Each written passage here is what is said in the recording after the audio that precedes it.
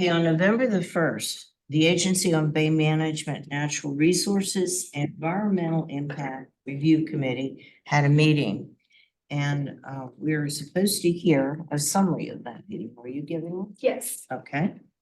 So Sean College, who's the chair of that committee, will be joining us a little late today, so I'm going to be giving a summary in his place. But first, I just want to say that following the last meeting, you all voted on sending a letter recommending Port Tampa Bay and other counties in the region explore different opportunities to incentivize living shorelines. And so I typed up that letter, it got approved by the full council, and then I sent it off. So I just wanted to have that quick little follow-up from the last meeting. You can find that letter in the last meeting's folder online, and then I also printed out a copy here, and if you'd like your own copy, I'm happy to print that out. Okay, so the Natural Resources and Environmental Impact Review Committee of the ABM met virtually on November 1st to discuss the proposed construction of offshore breakwaters along the west side of 2D Island, which is a spoil island in Hillsborough Bay. The Natural Resources and Environmental Impact Review Committee requests that the full ABM recommend that the TBRPC send a letter of support to FDOT to consider this breakwater project for reusing that bridge material. So I did compile the feedback offered during the meeting, and I sent that off to the port. And you can find those comments in the November 1st meeting folder, and I also printed out a few of those here. So that is a recommended action for you all, that the agency votes to send a letter to FDOT to consider this breakwater project for reusing that bridge material. So if you all are in support, then a motion should be made to send the letter off and seconded, and we need to May I vote have on a that. motion, please? So moved. Is there a second? Second. All in favor, say aye. Aye. Opposed? I'll be abstaining.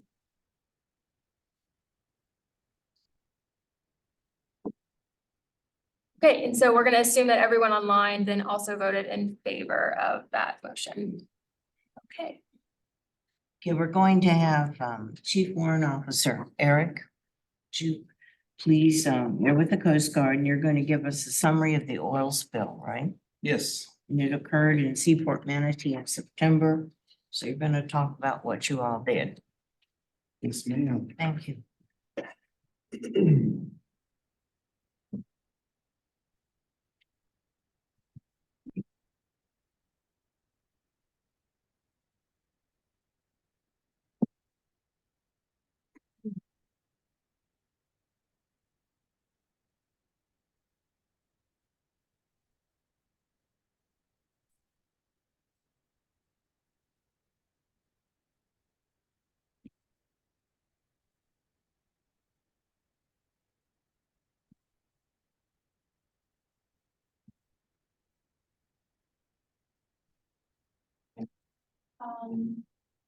Lillian, if you want to share the presentation online, and then I will share, it in the room. Just going widescreen. Sometimes it like that. I guess. Okay, yes. perfect. All right. Well, good morning, everybody. How are you? Good. My name is Chief Warrant Officer Eric Garza. I'm with the Coast Guard Sector St. Petersburg. And there I work in the Incident Management Division, specifically oil pollution response. I've been in the Coast Guard for about 16 years. So I'm running at the end of my shelf life in my career, but for the entirety of it, I've been in oil pollution response almost my entire career. I'm with my title, I've become an expert in this type of work. So we are going to share with you the mystery oil spill in Palmetto, Florida, which is actually it was located in or around Seaport Manatee. So just as a little quick overview, on the 30th of August, Hurricane Idalia made landfall. So if you're in this area, it was recognized as a severe flood event with king tide conditions, which is a very unique situation. So we had a a tremendous amount of volume of water within Tampa Bay. On the 31st of August, the Coast Guard, we deployed our operations teams. So our operation teams go out and we check the Port of Tampa and Seaport Manatee for its conditions to make sure it didn't receive any damage. We can engage a recommendation to reopen the port. We also send our pollution responders to various areas within the entire region and community to track and respond to pollution incidents. Anyways, while we were doing our normal mechanism of evaluating the area post-storm, we did receive a phone call that there was a mystery sheen within Seaport Manatee around berth 9. So we sent our team out, we met with port security, and the oil spill that we observed was a very minor amount, extremely small, and it's actually starting to dissipate naturally on its own.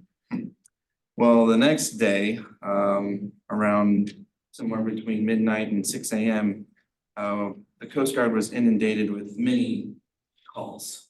I don't have the exact amount, but several calls that there's a large oil spill within Seaport Manatee. We had a couple of vessels coming into port, the Sea Star Victory and the Canelo Arrow. They were going into port and making these phone calls to the Coast Guard. Hey, there's a huge oil spill in this area. We need your assistance. So that automatically prompted us to respond immediately. And then once we arrived, we observed approximately 3,500 gallons of the darkest oil that you can possibly think of. Anyways, so while we were on scene, we actually simultaneously got this photo emailed to us from NOAA. This is actually a really nice diagram of Seaport Manatee, and then everything zoomed in within those squares was denoted as a possible sheen. It's very difficult to see in this image, but when you're in person, it looked like these images here. It's very, very black oil, and we needed to do something immediately. So the Coast Guard, what we decided to do is we access the Oil Spill Liability Trust Fund. It is a fund that the Coast Guard has access to, that we can use it to clean up oil spills. So what we did is we opened up that fund for about $1.5 million. And we hired US Ecology as our primary oil spill removal organization to start putting out oil removal equipment. We put out boom to block the oil from leaving the port and disrupting Manverde Key. And we started our Coast Guard investigation and response tactics. We also had Air Station Clearwater conduct overflights. My team itself, we actually have a couple of drones. We have some really nice drones, and we put them up to start capturing images of everything that we could visualize to plan for where we're going to redirect our response resources. Because it was a hurricane, we actually had some additional members help within the Coast Guard. We activated our Gulf Strike team. So the Coast Guard has 3 strike teams that support the entire country, and they are our what do I call them? They're like our pollution experts. So I'm an expert in and of itself, but I'm organically here. This team is like a deployable force, and I waved the flag and I wanted all resources. We need you. So they showed up the very next day. But while we were on scene, so we're conducting cleanups, but we also have to start the investigation process as well. So we called in our counterparts within the unit, our port state control inspectors. A port state control inspector are vessel inspectors within the Coast Guard. They're experts at ships. So I wasn't sure if this spill was coming from a ship, and to be, to be certain, we had them come out and do some inspections for us of the vessels in the area. So additionally, once we're handling all this business, it's, becomes information management. Working with the Port Authority, we're working with all the qualified individuals of all the vessels. So these vessels have a title called a qualified individual, and they know everything about their vessels and their facilities, and they have response plans, and we make sure that everyone is using all of their resources available to help us with this spill, and to also check their own areas to make sure something wasn't missed. We had a lot of local media, we had a lot of attorneys, we were working with FWC, Mr. Tim Rice, he's not in this room, but he's a state scientific support coordinator and excellent resource. We were working with Brad Bengio, the scientific support coordinator. He's with NOAA down in Miami, and then we're working with our Coast Guard Public Affairs. Are there any questions so far? I just threw a lot of information. Okay, so let's keep going. So our oil recovery techniques were pretty easy. I say easy, but I'll explain them in detail. So we have we're using our booming strategies based off the geographical response strategies. FWC is definitely one of the managers of that program.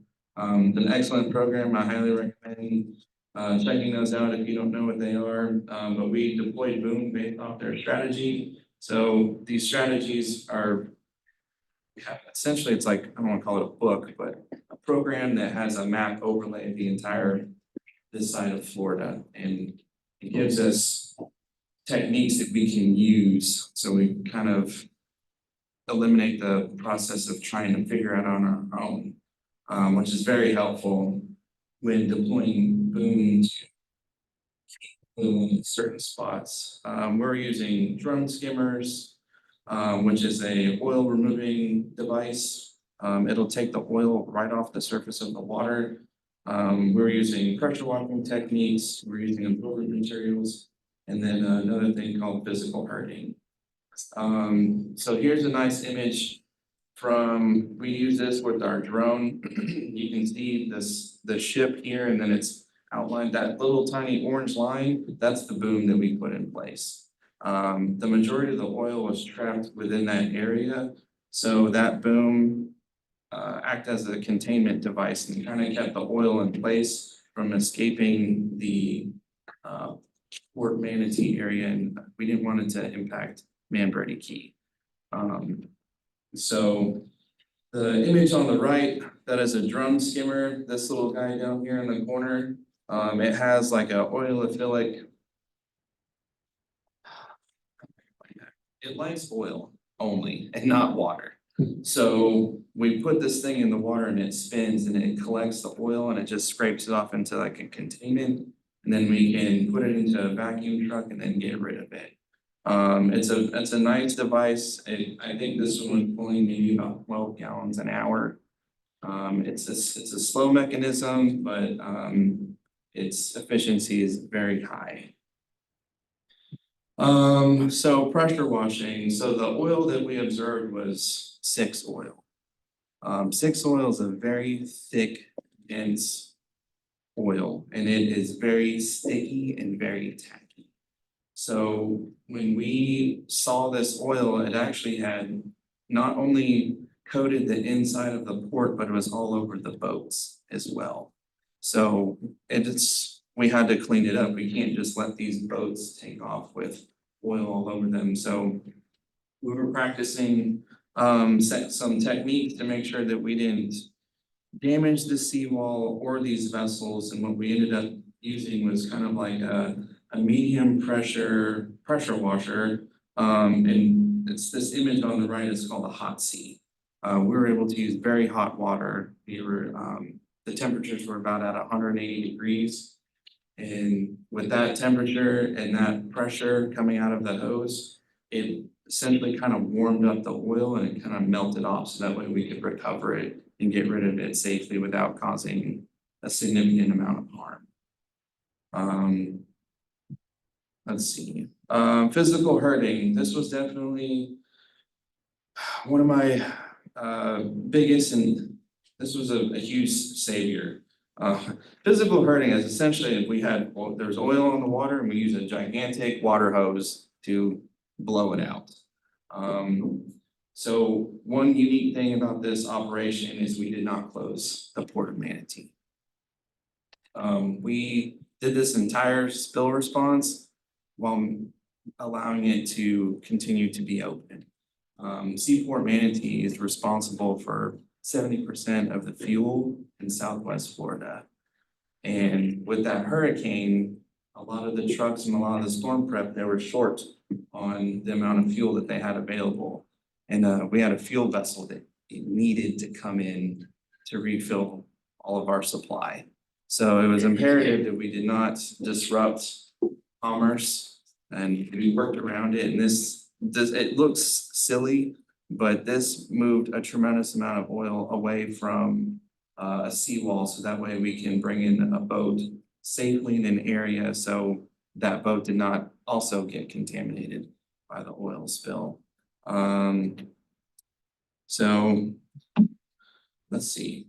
As far as our investigative efforts went, we took over 30 samples.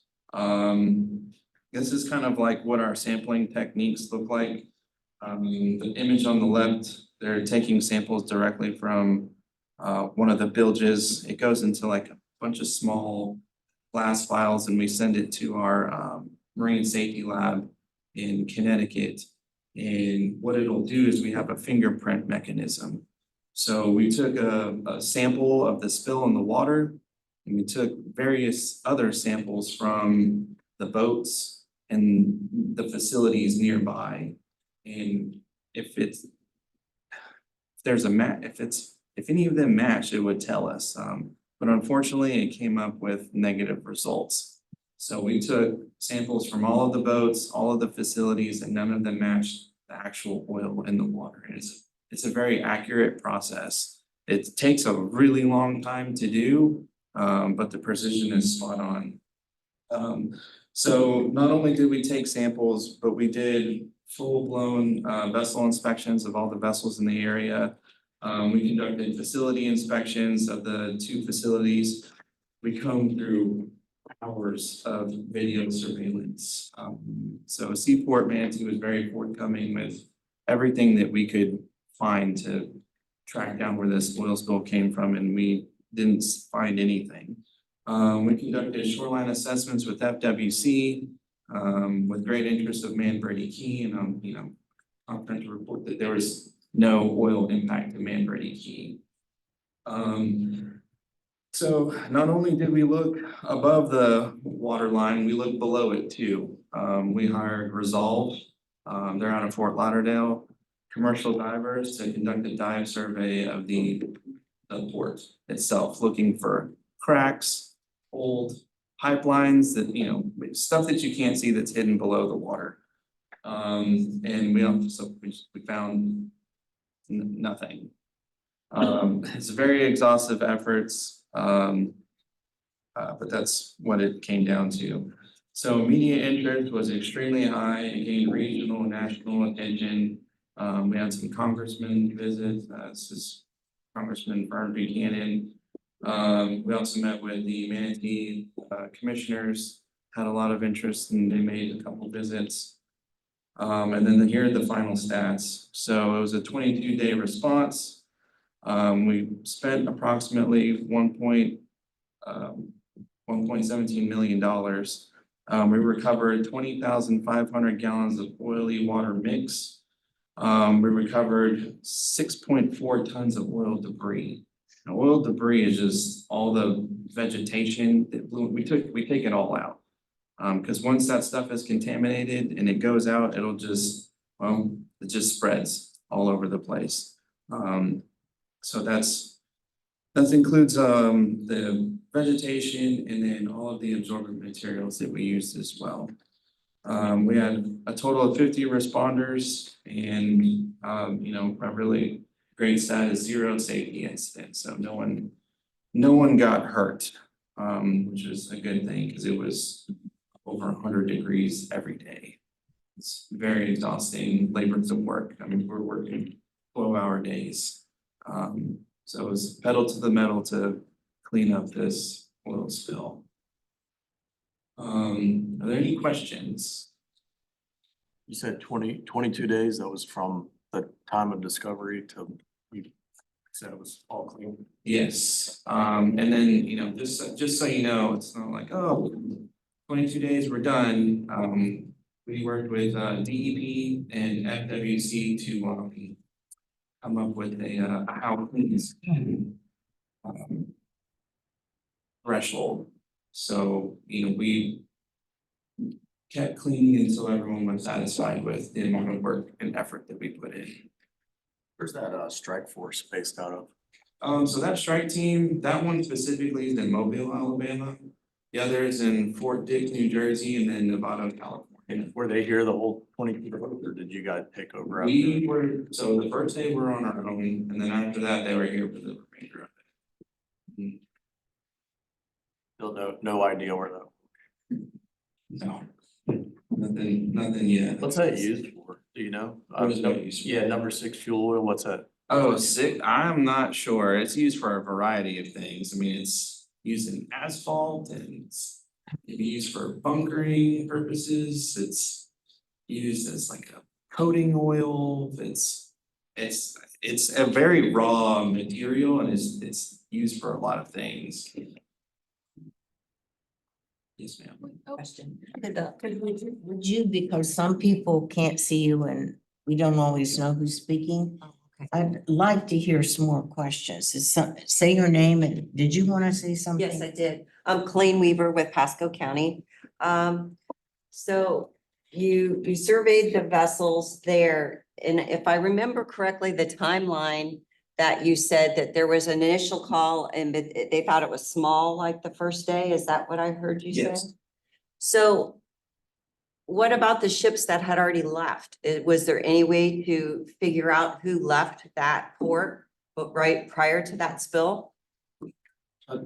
Ma'am, Lieutenant Commander Mike Rout, I work with Chief Warrant Officer Garza. So like Mr. Garza said, the hurricane closed the port, so there were no vessels in port. And then when we reopened the port, those vessels came into port, and then that evening is when the pollution incident occurred. So none left that before? No, ma'am, there were no vessels in there in port. What is it, So it had to we come opened the within port the- on August 31st. And those vessels arrived that evening, late that night into the early morning of September 1st. And as those vessels arrived, when they're putting over their mooring lines, those mooring lines came up covered in oil. So we don't know if it was one of the vessels or if it was somewhere in the facility. The conditions at the time, so it was a king tide in addition to the storm surge from the hurricane. So it was a lot of water being pushed into there. So I'd hate to speculate, but there's a number of things that could have happened with that amount of water that rose up and then receded. I would imagine that's something, the oil came from something to do with that water coming in. Thank We you. have a question online, if we could switch over real quick and then we'll come back in person. Justin, want to ask a question? Yeah, I think it's important to acknowledge, it's Justin with Tampa Bay Waterkeeper. It's important to acknowledge, your guys' work, your work, the recovery efforts, seem to help mitigate what could have been a lot worse of a situation. With that being said, in terms of like action, after action, has there been any thought about, procedurally what can be done different to make sure that, when you guys are spending over $1 million, and then we can't figure out, where this oil is coming from, is there anything procedurally that could be done different, whether it's your guys's like procedures or the port? Has there been any thought there? I would say as far as improving procedures, so this is a tough, that is definitely a tough answer because Seaport Manatee is, most of it's federally regulated by the Coast Guard anyway. The vessels themselves have plans in place, have vessel response plans. The facilities themselves have facility response plans. The only thing that our discussion was is having stronger communication, working with Seaport Manatee, but I mean, it was spot on from the beginning.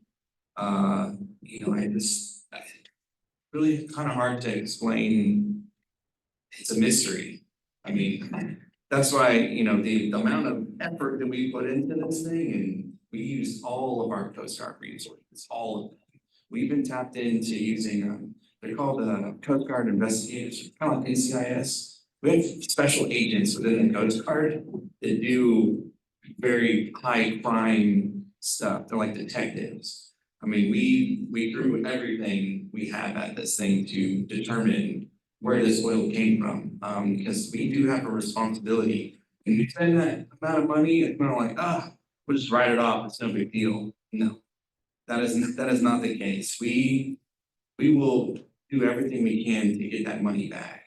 But we have to follow our procedures, and everything that we are doing is running into a dead end. For now. So the only thing I can say is that those samples that we did take, we keep them for, I think, 5 to 7 years. It's a long time. So if this incident were to reoccur somewhere near that area, we will take samples and send those in, and if it comes back a match, all that money that we spent, we will recover it from those people if it matches later. So it's definitely it's not over, it's just kind of like on a long pause unless something pops up. That makes sense? I don't know if I answered your question. It was, I understand what you're saying. But working with FWP, DEP, Coast Guard, and Seaport Manatee, I mean, we use everything we have. So I'm not really sure what else we could have done differently. Thank you. You have another? Mike? Maya Burke with the Tampa Bay Estuary Program. I'm glad to see that you all deployed divers, and I think maybe following on Justin's question, it seems like you certainly have procedures in place when there's, bad actors going on. But if this is a case where there's like something that had been buried a long time ago, and there's maybe like a big bubble because of the changing groundwater conditions, I'm wondering if there's any thought about using things like ground penetrating radar to see anything that might be buried, like an old derelict kind of thing.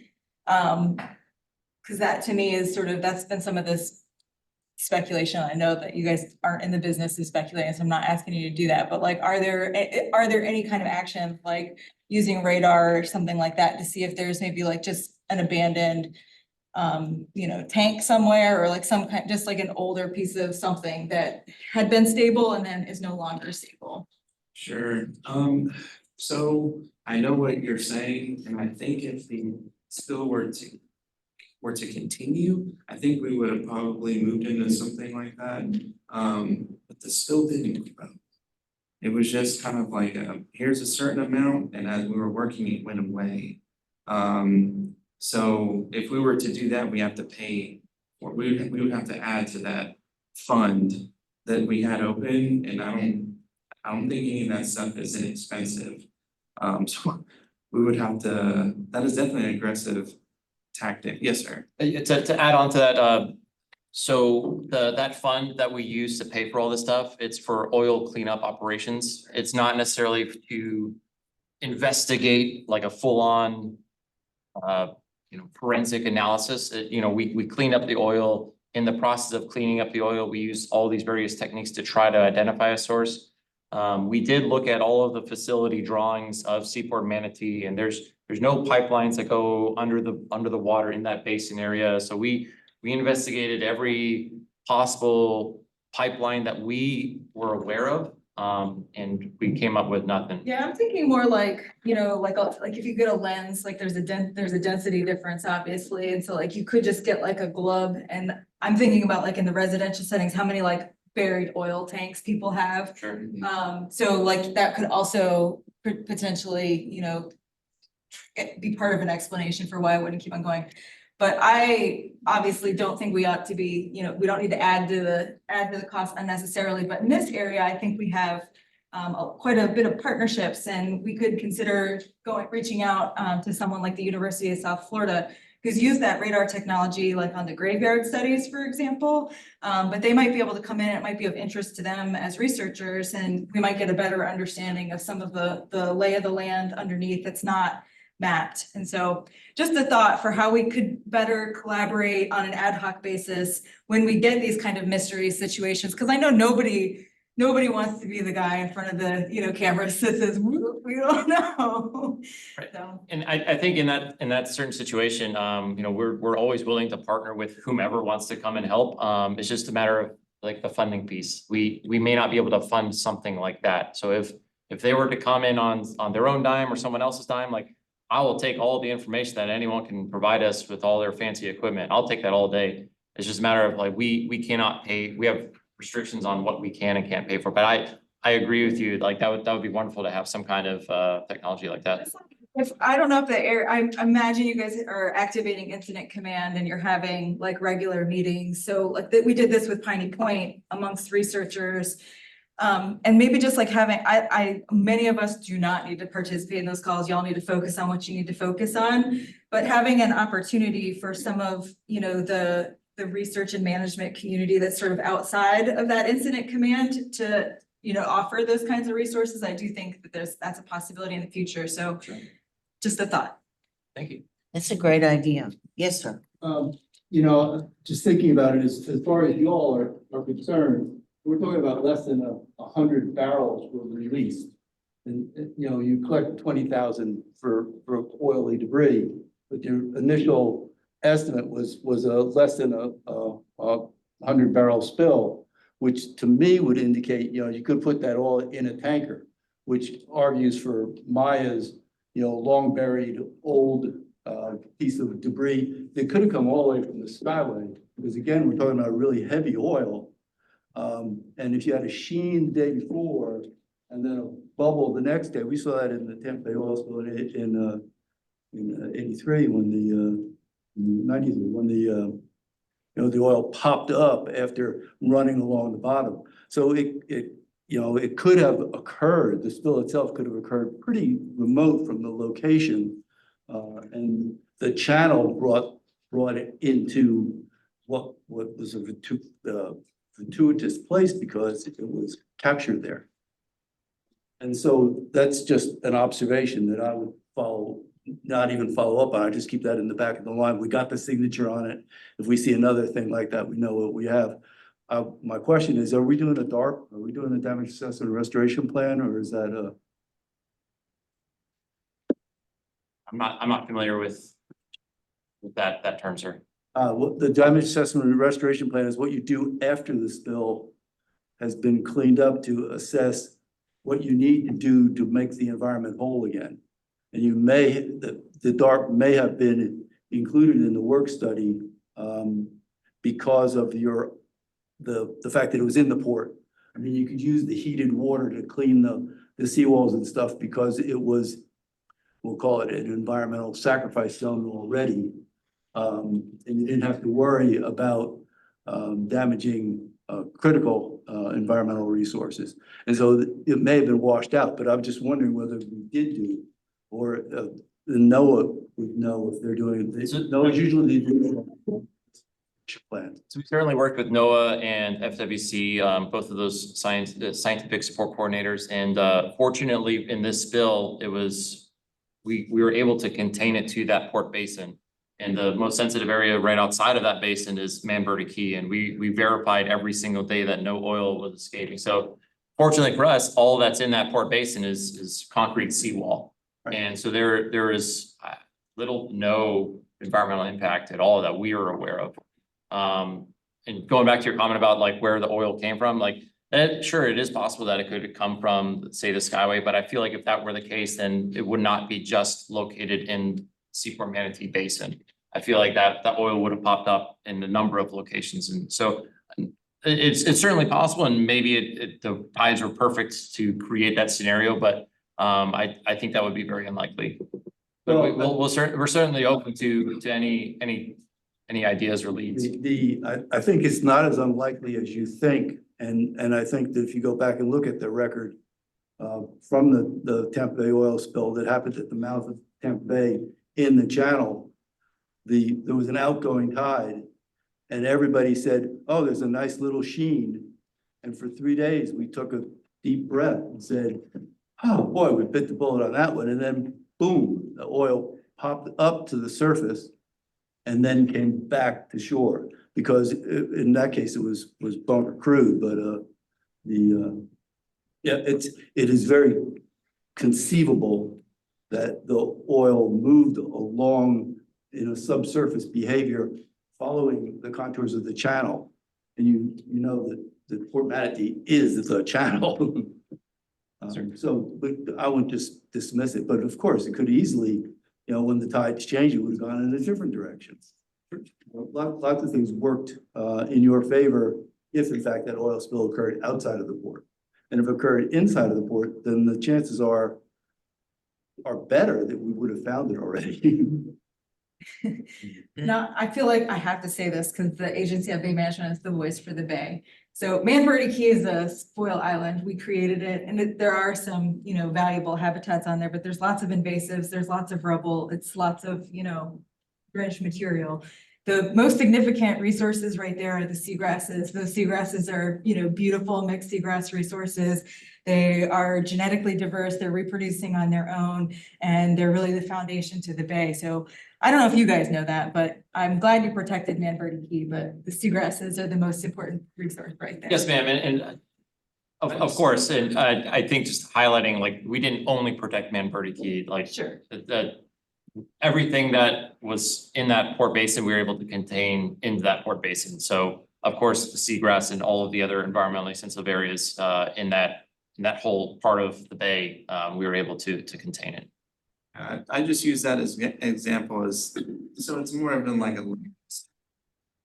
Don't know if you guys know about the seagrasses, so that's all. It's definitely a significant priority. So when I'm doing our training, to not get them into too much technicalities, I'm like, protect the green stuff. But I'm just, there's this whole bad oil. Don't let it go over there, because I can tell it hasn't gotten there yet. And if it does, I'm not saying we're in trouble, but it's gonna be very damaging. So let's protect it. So that was our mechanism, but I just don't let it go over there. Keep it on the concrete. We can clean this stuff with minimal impact. Mark, Mark online has a question. you have a question? Yeah, I do. Thank you. So one question I had was, I had a couple questions, but one was, how common is this to remain a mystery, like of the number of, the oil spills you all respond to, how many remain a mystery? And then I just wanted to ask also about, there was the, you talked about no environmental impacts that you knew about. I just didn't know, so there were no oiled birds or anything like that. I know that you said it's all seawall, but we have lots of birds that hang out along those seawalls and in the water, within the basin and around the port. So I just didn't know if you had any oil birds that were either identified, rescued, taken in, or anything like that. So those two questions, and then I just want to say that we take care of all the invasives. I shouldn't say we, the Port Manatee takes care of all the invasives. No invasives out of Manatee Key, but it is an important site, and of course all the seagrasses around it. Do we have any other questions? Does he finish? Yeah, he has 2 questions. Yeah, you did. Yes, about birds. So real quick about the birds, there is one oiled pigeon that we rescued. It was tagged, and we were able to get that to someone that could save the bird. So that was the only animal that we know of that was impacted, and we saved it. So No other animals that we know of. And then your question about the, how many spills remain a mystery? Fortunately, quite a lot. I think this is my first situation in something of this magnitude, but a lot of the cases that we work with are, small recreational vessels that, they burp their gas tank at the marina while they're filling up, and by the time anyone gets on scene, that sheen is naturally dissipating, and they don't have camera footage, and we get there and we can't see that. So that's the majority of our mystery sheens. This is the first mystery sheen that I've responded to that's something like this, where it's 6 oil and a lot of it. That does not happen very often in our area, but I know a couple months ago off the coast of Louisiana, there's a 1.1 million gallon spill that is a mystery that naturally dissipated into the Gulf. So these mystery spills happen unfortunately all over, but fortunately for us, it's very rare. Hopefully we keep it that way. But we're here to respond to anything that comes up. Do you actually have cameras or security cameras in the area that can track some of the stuff that might be occurring?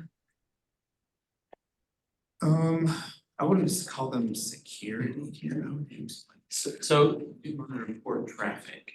yes, so we monitor port vessel traffic coming in and out of the port. I'd say our camera systems, Coast Guard camera systems, are few and far between.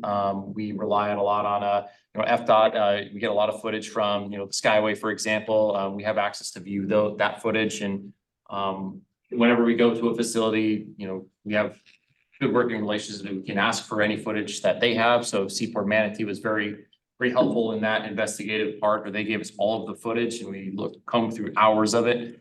And unfortunately, something like this just don't know where it came from.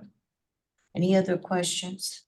I've got just a quick, I guess maybe, so I work with NOAA, National Marine Fishery Service. I formerly worked in the damage assessment restoration program with George, a little bit on Tampa Bay oil spill, and I definitely appreciate the efforts of the Coast Guard being proactive and containing the spill to help contain our natural resources.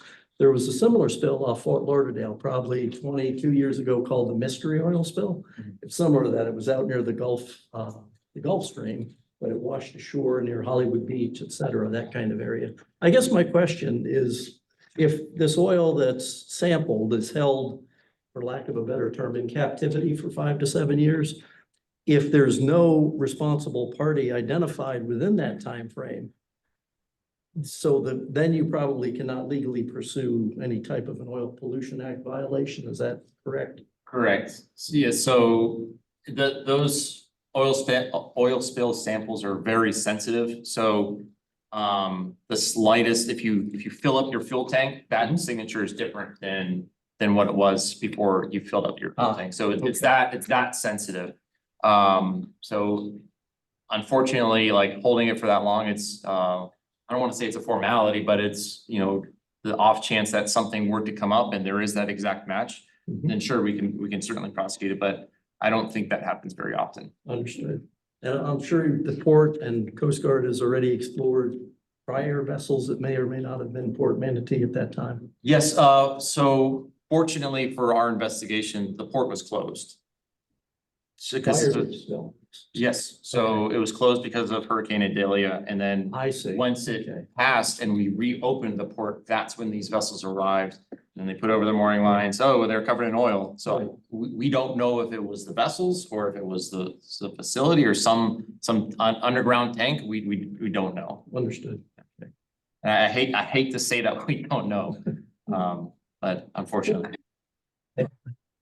Would you please say your name for the record? Sure, this is Colleen with Pasco County. So you said the facilities were allowed to continue to operate. Had you done your oil samples before they were offloading? Because I mean, the minute you enter new oil or something into that tank, it's going to change that fingerprint. So did you all stop that so that you could have made sure that you had exactly what was in those tanks before they were offloading? They were not transferring any oil. They were not what? Transferring any oil. Okay, So when we say they're operating, their business is open, they're Okay, They're doing their inspections, cause so I was assuming Yeah. since you had ships coming in, sure, that they would be offloading as you're. they're offloading their cargo is wood and steel. When That makes, that kind of puts in their perspective, they're just, with the oil that we're looking for is probably their bunker oil, the fuel oil that they use to operate, and they're not going anywhere. And there is no trucks doing any transfers, we see all of that.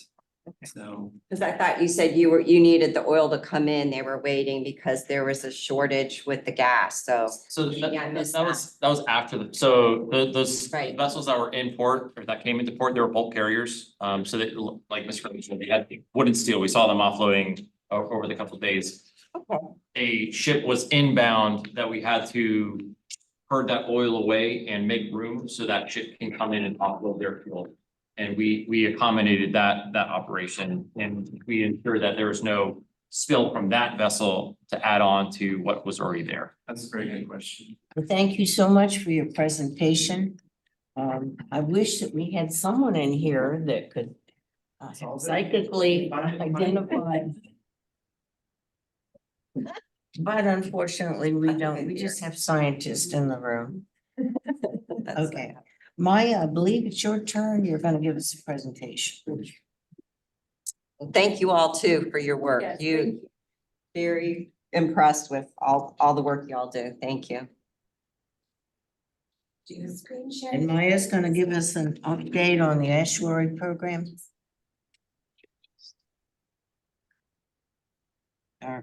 Actually, you're working on that entire conservation management plan, aren't you? I sure am. So I'm gonna not try and bore you all with all of the details. And for those of you who were around back in 2015 and 2016, when I was still here at the Regional Planning Council, we had joint meetings for the entire 2-year period between our Technical Advisory Committee and the Aegis Cannabis Management as we went through a major update, a major revision process for our TCMP. So it's been a little more than 5 years. So I'm not trying to overhaul the plan this time around, just want to make sure that we're, conducting the interim update, make sure there's nothing that's totally out of date. And we're reflecting all of the progress that we've made as a region. So what we did in the 2 years, the last time I'm gonna try and do in, around 25 minutes. So let's roll. So the major task that we wanted to accomplish with this PCMP interim update was to look at all of the strategies, actions, and activities in the CCMP, update them to reflect any of the recent projects we had finished, like updating our habitat master plan, the new strategic plan that our board had adopted, taking into account things like the new swim plan, the regional resiliency action plan, and the reasonable assurance plan for Tampa Bay. So clearly do planning here.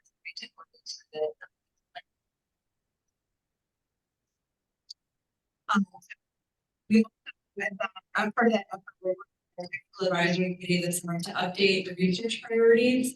So those are things that we will prioritize for funding through Tampa Bay Estuary Program, whether it's through our work plan, through grant programs like the Tampa Bay Environmental Restoration Fund. So I encourage you to check out those updated research priorities when you get a shot. We wanted to make sure in particular that we were addressing resilience. Resilience is something that we've had in our CCMP around the 2012 time period. We've been very much focused on sea level rise alone. And so we wanted to make sure that we were walking in lockstep in concert with the Regional Resiliency Coalition that's convened by the Regional Planning Council. And based on the things that we've observing and the response, we want to make sure that we're including actions that are not just related to sea level rise, but also things like changing rainfall patterns and changes in temperature, things like that. Ocean acidification, which we've been doing for fun. There's also a big interest in looking at our equitable engagement. You might be with the federal government's emphasis on Justice 40, and looking at how federal investments can be used to address some of the inequities in different place-based programs. And so we wanted to take a look at our work in particular and develop recommendations for equitable engagement activities that were authentic and, reflected within those communities of interest. We also, so the last time in 2017, when we updated the CCMP, what we did was we moved away from a paper-based version, so like a big thick book, and to an Adobe eZine. And we think it's great to have that online, but the eZine isn't as searchable as we would hope. And we know that it's a very large document, more than 39 actions and hundreds of activities along that. And so it can be very overwhelming, easy to get lost in. And so I think easy to gloss over. And so we want to make something that's a little bit more interactive and searchable and in line with some of our open science principles. So we'll be working on converting and publishing it as a website as well. We also want to make sure that, the TBRPC action program is in gap 9 right now, so we can't do those hundreds of actions by ourselves. We're relying on you all as a community to help implement the CCMP, and so we want to create some tools to track progress and implement the CCMP. So as part of that effort that we're still working on, is that tracking tool. And then we've also had some requests in the region as a whole to look at evaluating changing our study area boundary. Right now, the Tampa Bay Estuary Program study area aligns with our watershed. And so that means that in Pinellas County, from the area, the Narrows to the north along Clearwater Harbor Station Sound, and then on the Gulf Coast in Pasco County, for example, those areas are actually outside of our study area. So while we have partners who represent of those areas, we don't technically do work in those sections. So they've asked us to look at what would need to be done to create a baseline so that we could consider that potential boundary expansion. And I know that's something that this is wrestled with too, as the regional planning council boundaries changed over time. So just know that that's something that's fluid, something that we worked on as part of this update. So on resilience, we actually did the second half of a workbook that's published by EPA. So the first half is looking at how the CCMP goals were vulnerable to different impacts from climate change. This effort focused on what we're going to do to reduce those vulnerabilities. So it's an adaptation action plan. It was informed by some of the information that's included in that regional resiliency plan, but we also created a decision support tool that helps us decide when we're seeing certain ecosystem conditions, what types of projects, what types of tools we have available to reduce the potential of those vulnerabilities so that we can stay on track and accomplish the goals that we put out for in the plan. So there is a memo, and it's linked at the bottom of this slide, and then there's this decision as well to support some of that work. Again, I talked to you about equitable engagement, something that's been of interest to our program for a long time, particularly through some of our grant programs. But we've got a more open science and evidence-based approach to some of those things now. So we've gone through and we have an equity mapping tool. So you can see those areas within our watershed that are meet certain demographic thresholds in terms of income, life expectancy, linguistic isolation, unemployment, those kinds of things. And then we've also gone ahead and overlaid them with certain environmental burden. So we have in this area, I'm showing you some of the areas where there's the greatest flood risk, wastewater discharges, brownfield sites, and lack of access to green space. And what's highlighted here in the colors are the places where those burdens are overlapping or intersecting with those communities that are meeting those demographic criteria. So this gives us an idea not just where we can work, but the kinds of issues that we can work on in those communities to address those burdens and to hopefully direct funding to support their needs. To make sure that we understand their needs and we're not speaking for them, we conducted 20 interviews with different community leaders. Here's sampling of some of the folks that we spoke to. And based on those interviews, there were a series of recommendations for activities that we ought to include in this revised CCMP, including some additional stakeholder groups to do either new work or additional work with, like some of the education and youth services and community centers, so the recreation centers. There are certain affinity groups that are focused on outdoor activities that have a nice overlap with our work. And then there's actually some interest, I think, like the art and culture community organization that we can bring together art and science in ways that maybe we haven't done so much of in the past that we can do going forward. Some recommendations for particular outreach strategies and targeted support that we can offer so that these folks are better able to take advantage of some of the resources and expertise that our program has to offer, particularly with respect to the grant programs that we provide in the way of providing grant writing projects. So into the actual text changes, this isn't all of the goals that you can see. This is all of the goals that had some sort of change. I want to call your attention, the main change is related to a new goal, bay habitats. The goal is really, all it is doing is reflecting the new work of the 2020 Habitat Master Plan. So these are all, for a long time, this group and others have been pushing us to think beyond just marshes, mangroves, alternative seagrass. And so this is laid out a suite of goals for all of the major habitat types in the Tampa Bay watershed. And now we're taking what's in that habitat master plan and putting it into the CCNP, so the two documents are consistent. There's some minor language changes around the public access and public education involvement, so that we're inclusive, not just talking about citizens, but talking about community members.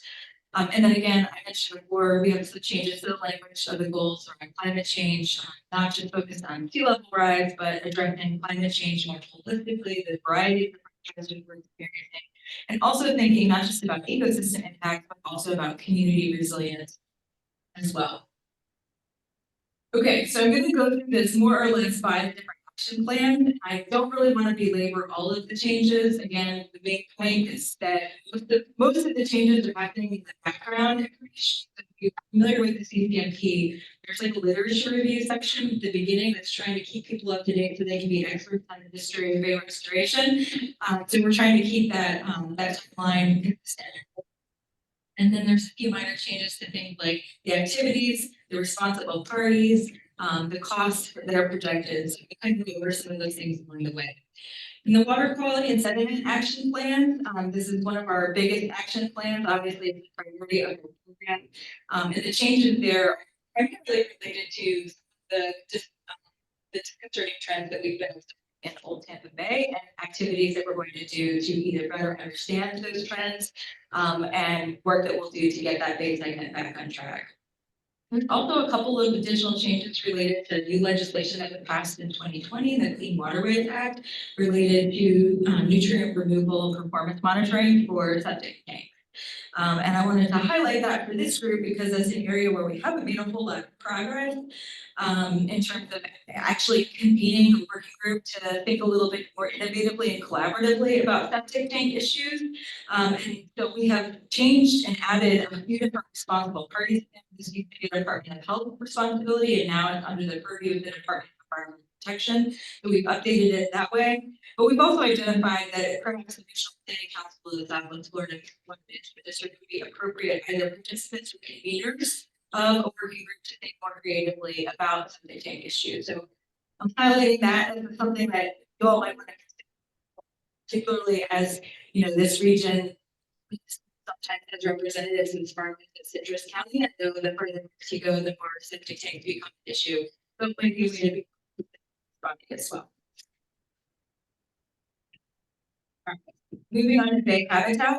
Again, most of the changes there are just to make it consistent with the habitat master plan. I believe you've all seen several presentations on that habitat master plan, so I don't want to belabor any of that. I do want to call your attention to a few other things that are reflected in this action plan update. One is that we have a new swim plan for Tampa Bay, which is hugely important and exciting. The last time before this past year that the swim plan has been updated was in 1999. So it was it's a very much welcome update, and there's lots of great information in there. So if you haven't had a chance to read that swim plan, I encourage you to take a look at it.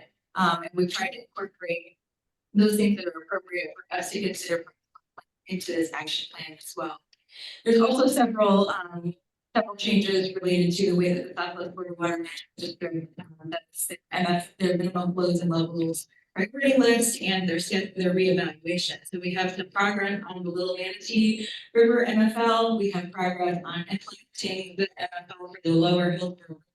And then there are a few rivers which there's no progress for, and they are no longer even included in the priority list schedule, and that would be the Braden River and the Manatee River. So things to push on and successes to celebrate, and levels. There's also a big change in this section of the plan. The biggest change is that we're planning to merge activity PH10, which is to implement the freshwater wetland action plan. We're putting work with PH1, which is implementing habitat master plan. And that's because now the habitat master plan stretches from the south of the bay and everything's subtitled all the way up to those uppermost ranges of the watershed into those freshwater wetlands, which were not previously included in our habitat. Were included in the 2020 iteration. And with the change and the moving away from the restoring the balanced paradigm, there were many activities in there that were no longer consistent with that new habitat master plan that we have. So that's the biggest change really in the Bay Habitats Action Plan. In terms of some of the responsible parties, I know that this group has been very active in living shoreline permitting incentives and different efforts to try and get folks excited about living shorelines and how we can implement and tackle the more than 700 miles of shoreline here in the Tampa Bay area. And so we did add a regional planning council to list of responsible parties for evaluating those permitting incentives. And then there's two other things that I want to put for this group. A couple of actions that are delayed, activities that are delayed. One is related to type tributary management. Those small creek systems, not our major rivers, but smaller ones that are sort of diving in people's backyards. These are really important, freshwater delivery mechanisms to the bay. Also really important attention that regular folks in the areas of our communities have with the water resources, and they're very nutrient cycling and for producing juvenile fish, safe habitat for juvenile fish. So to manage these things better, they can have a big impact on water quality and habitat. And big impacts for flood control. And right now, many of these tidal tributaries have been ditched and drained so that we can sort of get the floodwaters out as fast as possible. And I think with all of our efforts looking at resilient action and ways that we can manage stormwater holistically, there's a big opportunity to think differently about tidal tributaries. We've done a lot of collaborative research on this topic that's hypothesis, but we haven't had a lot of success in the actual practitioners, the stormwater managers, the crews on the ground, really kind of understanding that these systems are really, and they provide multiple options if we create an opportunity for that to function. So there's probably a need for a working group or some kind of collaboration, and we really haven't made that progress. I think that would be a really great topic for this body to consider. Additionally, we've talked about as an urbanized estuary, how making habitat restoration progress on publicly owned land is very important. But we're probably not going to meet all of our goals if we focus entirely on publicly owned land. And mitigation banking is another opportunity to make progress on restoring habitats within the Tampa Bay watershed. And because of this group's nexus sometimes with the development community, that might be a project or some progress that we would hope to see coming out of this group in the next 5 years or so. Fish and wildlife, mostly the background information is related, it's updated to reflect the research that we created, as well as changes to things like information about voter registrations and requests from the Manatee Awareness Coalition and how they'd like to look at slow speed zones going. Nothing specific group out of that action. Here I've combined two of our action plans, the dredging and dredge material management, and the spill prevention and response. You heard a really important presentation on the spill prevention and response right earlier today. And so actually some of that is we had to update the background information to reflect the mystery spill for Manatee because it had been since 1992 that we had had an oil spill. And so we updated that to that oil spill is also reflecting the discharge of the oil. And additional work that is done maintaining boom and making sure we have an adequate and appropriate inventory on those booms are currently needed. So here we've added the agency on management of the Texas Regional Planning Council to as a responsible party related to the beneficial uses of dredge material permitting. That's not new to you all, but it wasn't, you weren't listed there before, and because I think this group has been so important in assessing those kinds of things, to make sure that you are explicitly called out as a responsible party to help there. So that's an addition. And then there are two things that are delayed that you all might consider making a contribution to over the next 5 years or so. One of those was an activity looking at research on dredging impact wildlife. Back when we were writing this plan in 2015 and 2016, for those of you who don't recall, there were significant dredging project at the mouth of Tampa Bay. There were some severe issues with turtle takes going on, so there was a lot of discussion about turtle exclusion devices and ways that we can do a better job on actual dredging technologies themselves. And I'm not aware of any research that's been done that's really tackled that over this most recent period. So no progress has been made there. I'd be interested to know if you all are aware of any or could help advance that kind of. And then along those lines, much of that dredging material at that time was being used with alternative criteria to nourish the beaches out at Egmont.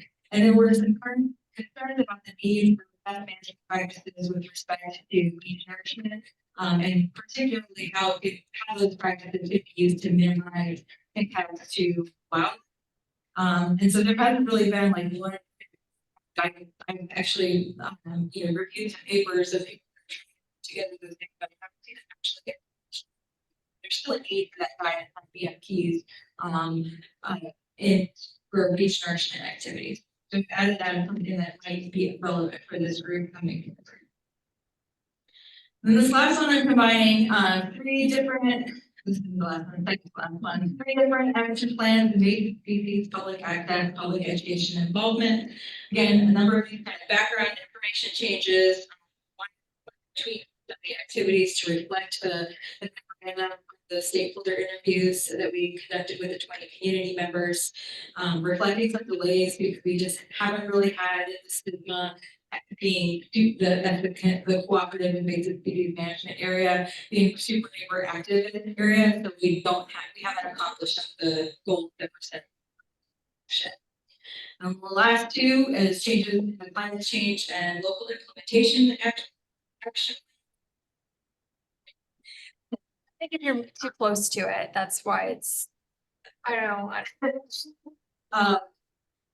So background information reflecting some of the regional guidance that we have with respect to regional sea level rise projection for the Tampa Bay region, and some of the planning documents that have been used by the Regional Resilience Coalition. I want to make sure that those things are reflected in the background material. Now we have the Regional Resiliency Coalition in 2015 and 2016. We weren't there yet, and so we wanted to add that the Tampa Bay Regional Planning Council and the Regional Resiliency Coalition as a responsible party there, and then reflect some of the work that the Regional Planning Council did complete over that time period, looking at how we can make this CPP and local government work in concert together more effectively. So that's like a super lightning speed overview of some of the changes that we made. Colleen will tell you, I did it faster this time. Our next steps are to incorporate all of these changes into that new web-based format that's more searchable and will be tied to our open science processes. So it'll be updating in not quite real time, but on a more regular basis, and that implementation reporting tool. Actually just got an email from EPA yesterday that they've accepted all of our changes. So we're good to go. So we'll be full steam ahead. And that's everything I have. I know that this talking about the CPMP isn't always the most exciting thing, but it is foundational guidance for the work that we do here in the region. If you have any questions? Some questions? I've got it. Okay, one at a time. Say your name. For the record. Get you. Mark Schrammick, National Marine Fisheries Service. So I definitely laud the efforts of the estuary program and a lot of these. Just one, actually two, real quick questions. First one, what's the intent of the mitigation bankers workshop on that one? Is that just to kind of broaden awareness about mitigation in Tampa Bays or more kind of environmental use of lands? I think the intent is to how the required mitigation programs can be used to implement the goals that are also laid out in the Habitat Master Plan. So right now, there are regulatory criteria with UMAM scores and type for type. And we've done one-on-one, we've done workshops with the regulators themselves to look at alternative approaches using the various bases of review for those permitting programs. And I think that there's such incredible turnover in the regulatory arena that all of that work that we did not that many years ago has probably all been forgotten, and it's a whole new batch of reviews that needs to happen again too. But we also never convened the mitigation bankers to talk to them about how you could develop strategies for a more innovative approach to accomplish the goals, the collective goals for habitat restoration that we've set out as a region. So it's more about implementing the habitat plan. They're not getting them away from type for type unless it makes sense, or even the bonus too, if there's some kind of like synergy. Understood. No, that's great. I'd like to participate in that as possible. And I'm glad to see that the Tampa Bay Regional Planning Council and Florida Department of Environmental Protection are both identified as responsible parties with potential beneficial use projects. Because keep in mind, earlier this year, the Jacksonville Army Corps of Engineers gave a great presentation about the potential beneficial use opportunities with the Tampa Deepening Project. So stay tuned. Yep. That's all I've got. Thank I you. know we need to be set up for that one. Yeah, exactly. Okay, we had another hand or two raised. Yes, sir. Kevin Shelton. You were talking about the formatting of the current one and how it's not as searchable as you'd like it. I assume as you move into a web-based format, that's all gonna be ADA compliant as well? Okay. And I don't know if you've been to our new website, but we also have like little accessibility tools. Our website itself is ADA compliant, and then we have like little enhancements that you can turn on, depending on, what kind of issue you're dealing with. Yep. Another one? Yes, ma'am. Your name? Tiffany Lane with U.S. Fish and Wildlife Service. I saw the thought about the more research on and some of the best management practices, and I know you guys have been really involved with the design and feasibility of the upcoming Tampa Bay dredging. You guys have any plans or thinking about your own pre and post monitoring outside of what the Army Corps requires to maybe help out with some of those research objectives? No, and I think part of like what I'm suggesting is that's beyond the scope of what assistance our program could provide. We could provide funding support, and there's another organization that has the person power and the time and skills. We could talk about those kinds of things, but really that's not something that we are listed as the estuary program is listed as a responsible party for. So it's something that the management community as a whole has identified as important. But it needs a champion, so. Okay, we have some more questions. When do you think you might have this available to share with us that we could take a look at it? I can send you the text of it like today, that's easy. I'm hoping to have the new website live in the spring of this year. I'll probably share with Alana just like the text that. Yeah, we'd like to know. I know that Alana is on your management team and some of these other groups are on the team. But it would be really good and helpful to all of us if we could see it before you publish it. Absolutely, and I will just say that with the warning of it is 200 pages of content. All right. I know, especially when you get into government, it's more pages, isn't it? I'm trying not to, but I'm working with somebody else's document. We appreciate you very much and what you have to share with us. We have somebody else. Lizanne. Good morning, it's Lizanne. I just thought I heard, you were breaking up a little bit on the septic, to sewer. You were adding partners. Was the district mentioned there? Yeah, not for septic to sewer though, but just for like high performance septic systems and ways that we could incentivize those like higher performing, you know, in terms of nutrient removal septic systems. So I thought that the district would probably have expertise that could be useful for that working group. Okay. Thank you. Thank you. Any other questions? Thank you, Maya. We appreciate your updating us.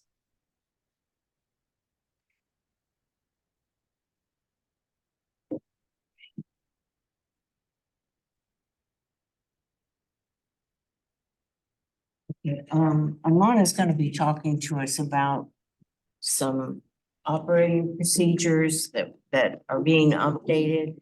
Get you involved in that discussion.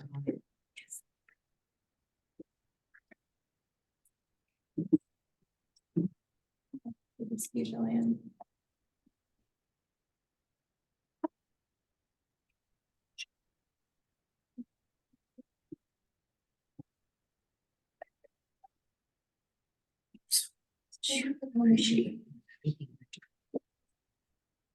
Alright.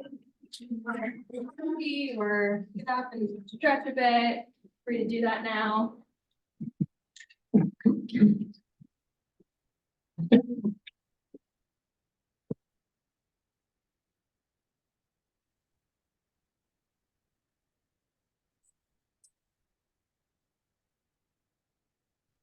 Sorry, Jillian, I didn't pull it up. It's okay. Got it, okay.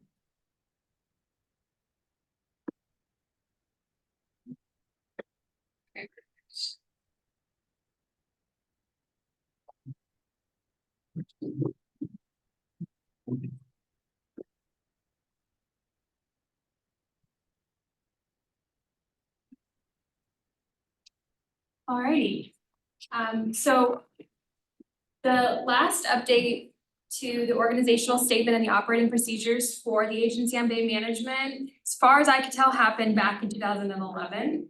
So we are due for a new update, and I wanted to take, before we go into the new year, I wanted to take this meeting to just review those with you, and I'll try and do that quickly, because I know it can be a little dry. And as I'm going through the different slides, they'll correspond to the organizational statement and the operating procedures. Feel free to stop me at any point if there's something that you'd like to add.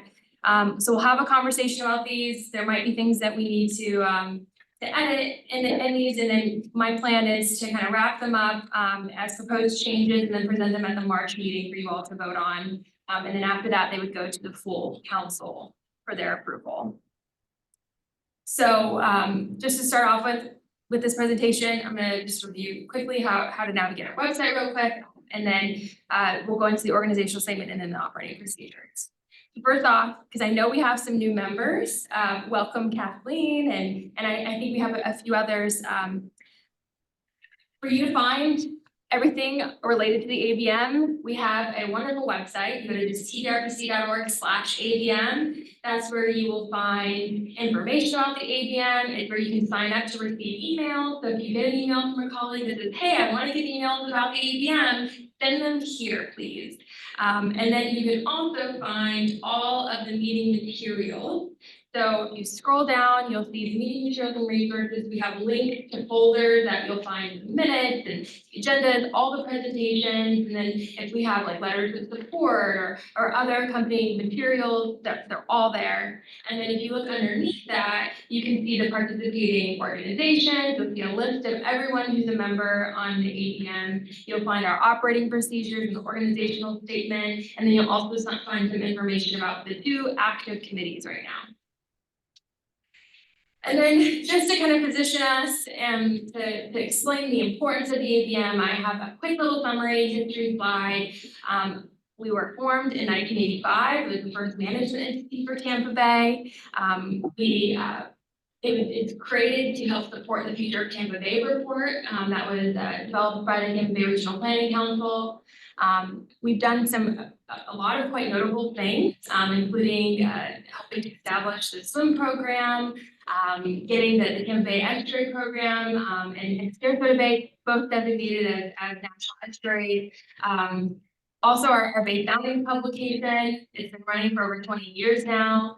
And then we deal with a lot of really high impact issues like living shorelines, you know, beneficial use of dredge material or any kind of development projects. We try and get that in front of the ABM, and then there's a ton of other topics that we cover. And I would welcome, I know we have some people who are original and founding members of the ABM, so if there's anything you guys would like to add, feel free to speak up. But this committee is very, very important, and I think I can speak for the whole. We're very proud to be the host organization.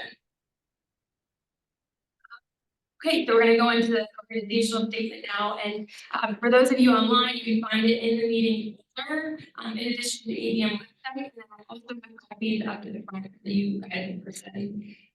So first off, you know, our organizational statement starts with kind of our overall mission, in that we serve as an advocate for the Tampa Bay ecosystem, promoting its restoration and the beneficial management. We provide a forum for discussion of the issues affecting the ecosystem, educating and encouraging the public to participate in management, and then fostering wise use by commercial and recreational interests. We shall continue to seek state and federal funds and grants to supplement all of these activities, and then helping to implement the comprehensive conservation management plan that Maya has reviewed with us, and any other kind of management plan. So my question related to our scope of our mission is, should we expand our coverage to the entire Tampa Bay region? Because right now it is just limited to Tampa Bay estuary. And so other members of the regional planning council, like, you know, Hernando, Citrus, most of Pasco County are not currently included in the scope of this committee. And so that's the question that I've posed to you all. I know the estuary program also has some discussions about expanding their scope. They're sticking with the watershed. And so, you know, are we interested in expanding to encompass the entire Tampa Bay region, including our northern counties? Or do we want to just stay here in Tampa Bay? I think it's really important that you all expand to be consistent with your boundary, and that other communities to the north can not only take advantage of these kinds of forums for information sharing, but it's part of your unique value proposition as an organization too. So I would strongly encourage that. Colleen Weaver with Pasco County. I'd echo that with Maya, because there's influencers. I mean, we saw even the Piney Point spill went all the way up as far north into Anclote. So clearly it's all connective. And if we're not paying attention to the whole region, then we're really losing sight. We're very short-sighted, in my opinion. So I really would strongly encourage. I'm glad that was the first thing up there, because that's exactly what went through my mind. It's so sad that my coastline is not included, and yet it's connected. That's right. Yeah, Mark? Well, to follow on Maya's and Colleen's comment as well, I would definitely advocate for including the counties of Pasco, Hernando, and Citrus. Because when you look at those areas, they're certainly less developed than the three counties here in the Tampa Bay area. And they have just some of the highest ecologically and economically important marine coastal habitats along the Florida Gulf Coast. So I would definitely like to include those included in the Excuse me. expanding beyond Tampa Bay. So perhaps coastal ecoregions or coastal regions. Ren, would you mind sharing with everybody the counties that are already part of the TBRPC? Because I would assume that the ABM is already connected to them, and if it needs clarification, we need to do that, but are not Citrus and Hernando? Yes, I believe that we need to connect that to ABM. we're Manatee, Pasco, Pinellas, Hillsborough, Citrus, and Hernando.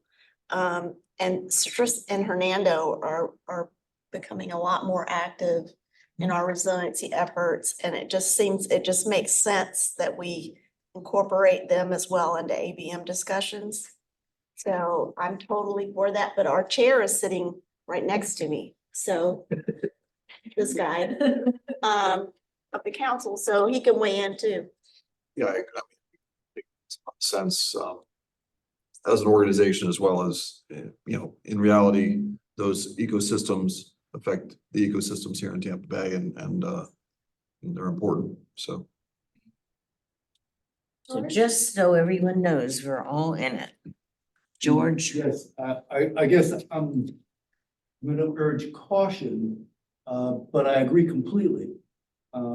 What I look at history here, and at the time that the Agency on Bay Management was formed, there was a specific subset associated with the Tampa Bay Regional Council, which at that point in time was associated with something called the Department of Community Affairs. There was a lot more responsibilities, both, real and assumed by both the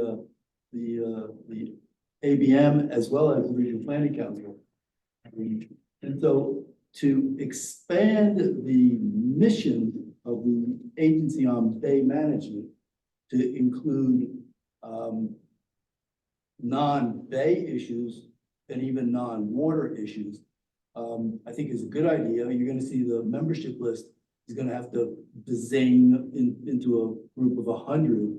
And so in some ways, you're gonna dilute the activity of the Bay management activity. Now we have Maya and the Tampa Bay Estuary Program now, which we didn't have at the time. We were the Agency on Bay Management was the Tampa Bay Estuary Program at that time. And so we've got to come up with a new name. That's correct. That's exactly correct. Well, luckily, we're the Tampa Bay Regional Planning Council, and that's referring to the entire region. So maybe it is appropriate to still keep Agency on Bay Management because it's referring to the Tampa Bay region. And we do have the X-ray program that's helping support those activities directly in Tampa Bay. Yes, ma'am. Does county consider itself part of the Tampa Bay region? Yes, yes. So the entire Part of the Regional Planning Council. yeah. There's county things. I just want to thank George because George, you have been around and know the history of this great Agency on Bay Management. I'm frankly hesitant to change the name because the name has earned so much respect and is listened to. And I understand from my days when my mother was the executive director here and the ABM was formed, it had a lot of teeth at that time. And there was a lot of actions that came out of the ABM, and I just want to take a moment to tell Alana thank you because she's done an exceptional job bringing ABM back to life, so to speak. And I think that I think we need to just be careful because our brand is the ABM, and I want to be inclusive, but also Bay Management is huge. And that's a big part of us. The catalyzing of all of the other organizations that can help support Tampa Bay right now, I think is a feather in the cap and something that should be proud of. But the region that needs that right now is more those Gulf coastal parts. And so to me, I think change it to ACM. We've just moved on one letter in the alphabet to the Agency on Coastal Management. And then do the same thing, catalyze the same change. You'll still be active here and you'll be around for those issues that are like sort of your unique value proposition now. And hopefully you can catalyze the same kind of support and voice for those resources along the Gulf Coast to our north. I like that. Okay, I want to let y'all know something. I think you probably know this already. But Ren is now the executive director of the Tampa Bay Regional Council. At our meeting on Monday, the full council with the recommendation of our chair and our executive committee, officially blessed her, crowned her, everything else, so. And she's got over 26 years of experience with the regional council. So I think everything that's been said here is very helpful. George, you do have a long knowledge of how much we've been doing with all these organizations. But I personally, as the current chair of ABM, am very impressed with each of you and the extensive membership we have. And we can always look at expanding that membership to the ABM. We don't need to change its name. We can have, you all know, is those of you scientists or with a scientific background, you know that what happens in our bay often is from the inner counties and cities. People don't understand. It's a gestalt. It's whole. So I'm just glad to hear this discussion, but I wanted to absolutely make sure that you knew that this agency, this ABM, is probably one of the most important things that the regional council has done besides the estuary program. And that we're really, this past year, the enthusiasm that we've gotten from all of you has really been an inspiration to the full council, hasn't it, Brad? That's very true. I mean, ABM is one of the proudest accomplishments of this organization, and it needs to always be on that level. So, and I'm gonna throw you for a loop, but the ACM would be all right. We really, I would just, as a anecdote, when the Department of Natural Resources and its research branch and the Marine Patrol all became part of the Fish and Wildlife Conservation Commission, the Florida Marine Research Institute, which was the pillar of marine research. You know, we changed our name to Fish and Wildlife Research Institute, and it took about 6 months for that name to become synonymous with the same kind of good work that we've been doing as the Marine Research Institute. So I think the name change is not a scary thing. It just needs to be like people do. and we've got those resources now on staff. We've got the branding resources to do that. I mean, just on the pretty side of things with our logo and things like that. So. We only changed the letter. Yeah. Natural progression. Okay, Alana, have any thoughts about this? I just wanted to take a minute here.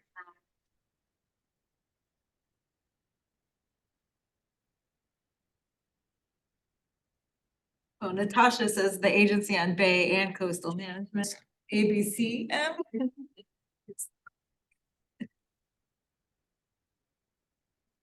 I can't see it for some reason. It's okay, I got it pulled up on. Okay. This computer. I would just say too, Phone book, Maya. the Crystal River group, the Save Our, River and the Kings Bay, having them at the table, it makes us better. It makes us stronger.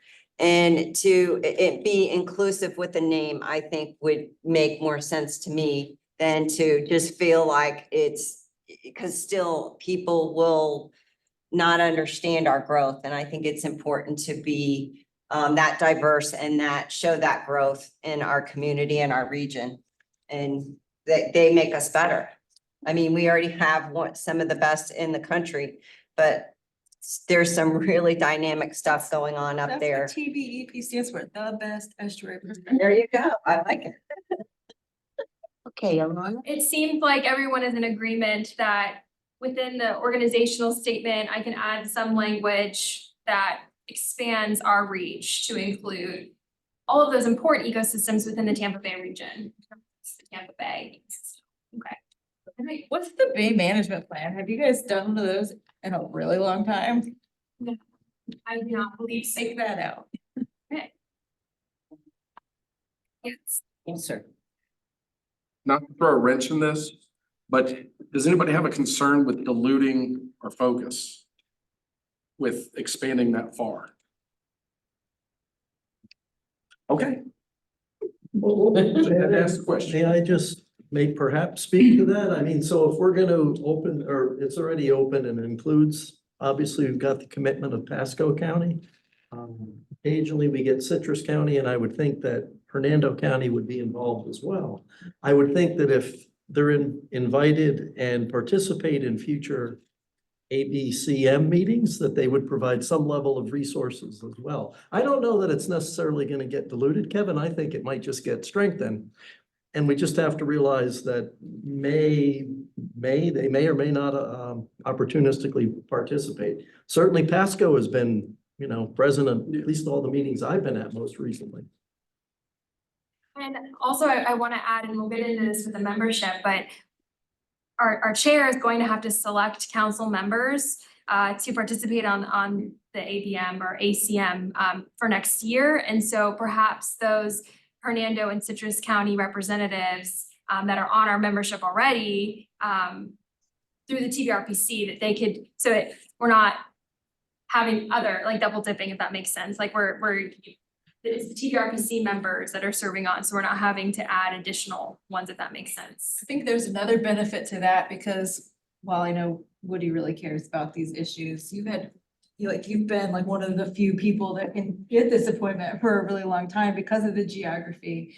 And so being able to share that burden and have other folks that can cover meetings sometimes and become familiar. I know you've benefited as a community member, as elected, from being exposed to these kinds of things, and they would too. So I think there's also a benefit in getting our message in front of that many more electeds. Totally agree. This is Sally Thompson. I just wanted to mention, when we started ABM, and I'm one of the oldies, we didn't have an estuary program. We didn't have a Tampa Bay as a swim priority water body. And we're talking about the Tampa Bay Regional Planning Council, which includes these other counties. So adding coastal to me would recognize the scope of something maybe we didn't recognize, 30 years ago?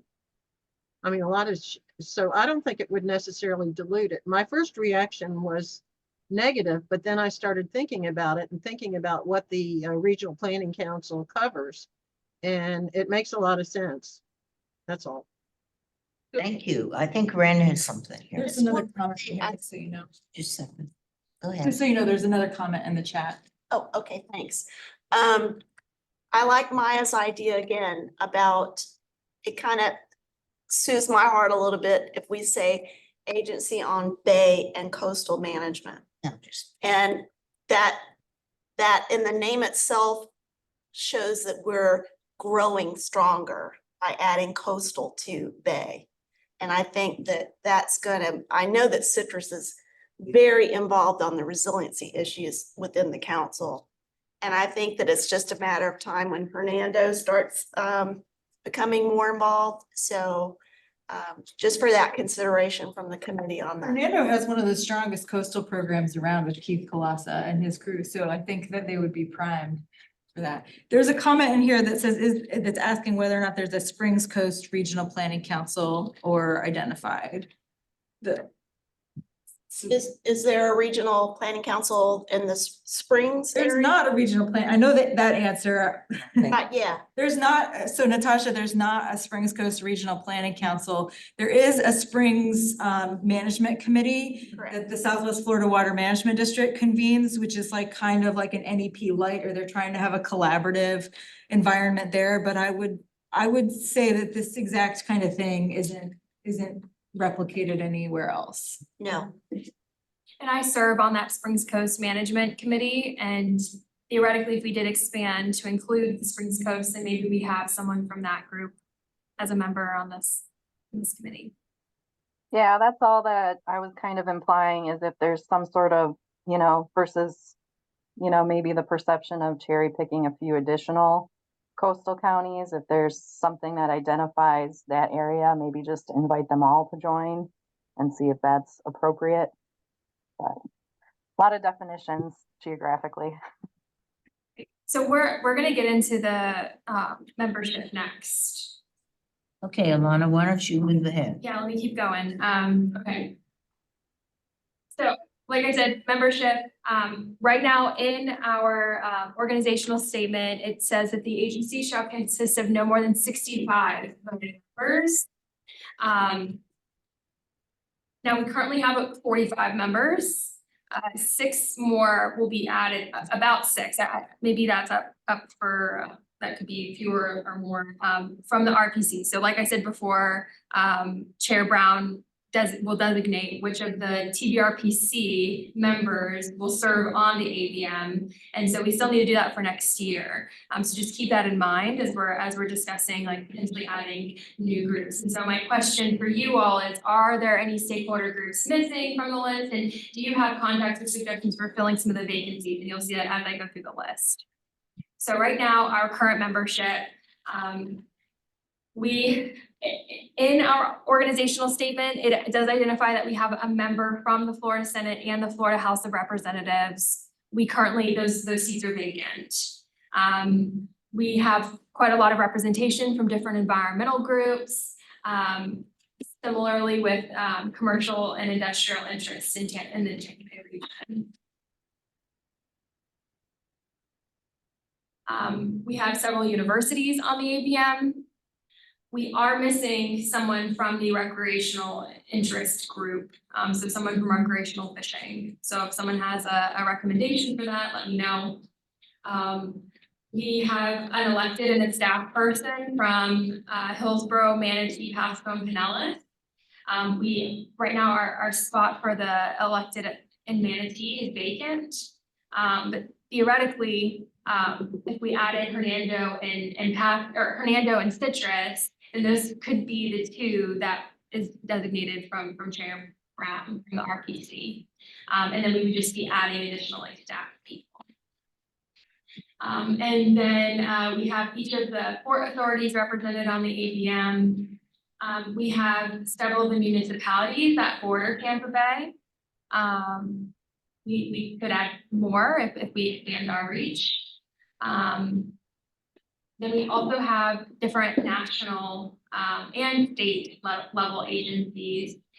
So Kevin Grimsley from USGS, he just has a new position now, so he will no longer be serving on the ABM, but they're finding someone else to fill in that spot. And so to be determined, we'll have a spot there or a member. We are missing at-large members from Manatee and Pasco County currently. And all of the other positions are full though, in terms of our local agencies and then other national ones too. So like the Environmental Protection Commission, the Planning Commission as well, the estuary program. You know, we want to expand and maybe we want to bring in the Sarasota Bay estuary program. And then we're also waiting on hearing who will be our member from the Coast Guard. So those are all of our current members. So if we do expand our reach, then we'll have to add additional spots. And right now 65 is the limit. So is there interest in expanding? So maybe 70 members? Just keep in mind that the more members we have, the higher the threshold for quorum is as well. And, you know, right now we're averaging like just about a little over quorum. So just, that's my concern. If we expand it to even more people, We can change the go past rules for quorum, 65. too, can't we? In the bylaws? I was under the impression that quorum was determined by the Roberts rule, right? It's like half plus one. You don't have to go by Robert's rules either. We can change that in the bylaws. So yeah, we could technically change that in operating procedures, but right now in the operating procedures says the rules contained in Robert's rules of order are binding upon the agency. So. Okay, so that as well. Alana, ultimately, your recommendations and ideas will be taken back to the RPC. Eventually, yes. And our chair and the executive committee can go over this and decide whether we want to expand beyond. It's voted upon first by the agency. Did Don look at these, the revisions or the governance yet? We have not proposed any revisions yet. That's what we're doing in this meeting.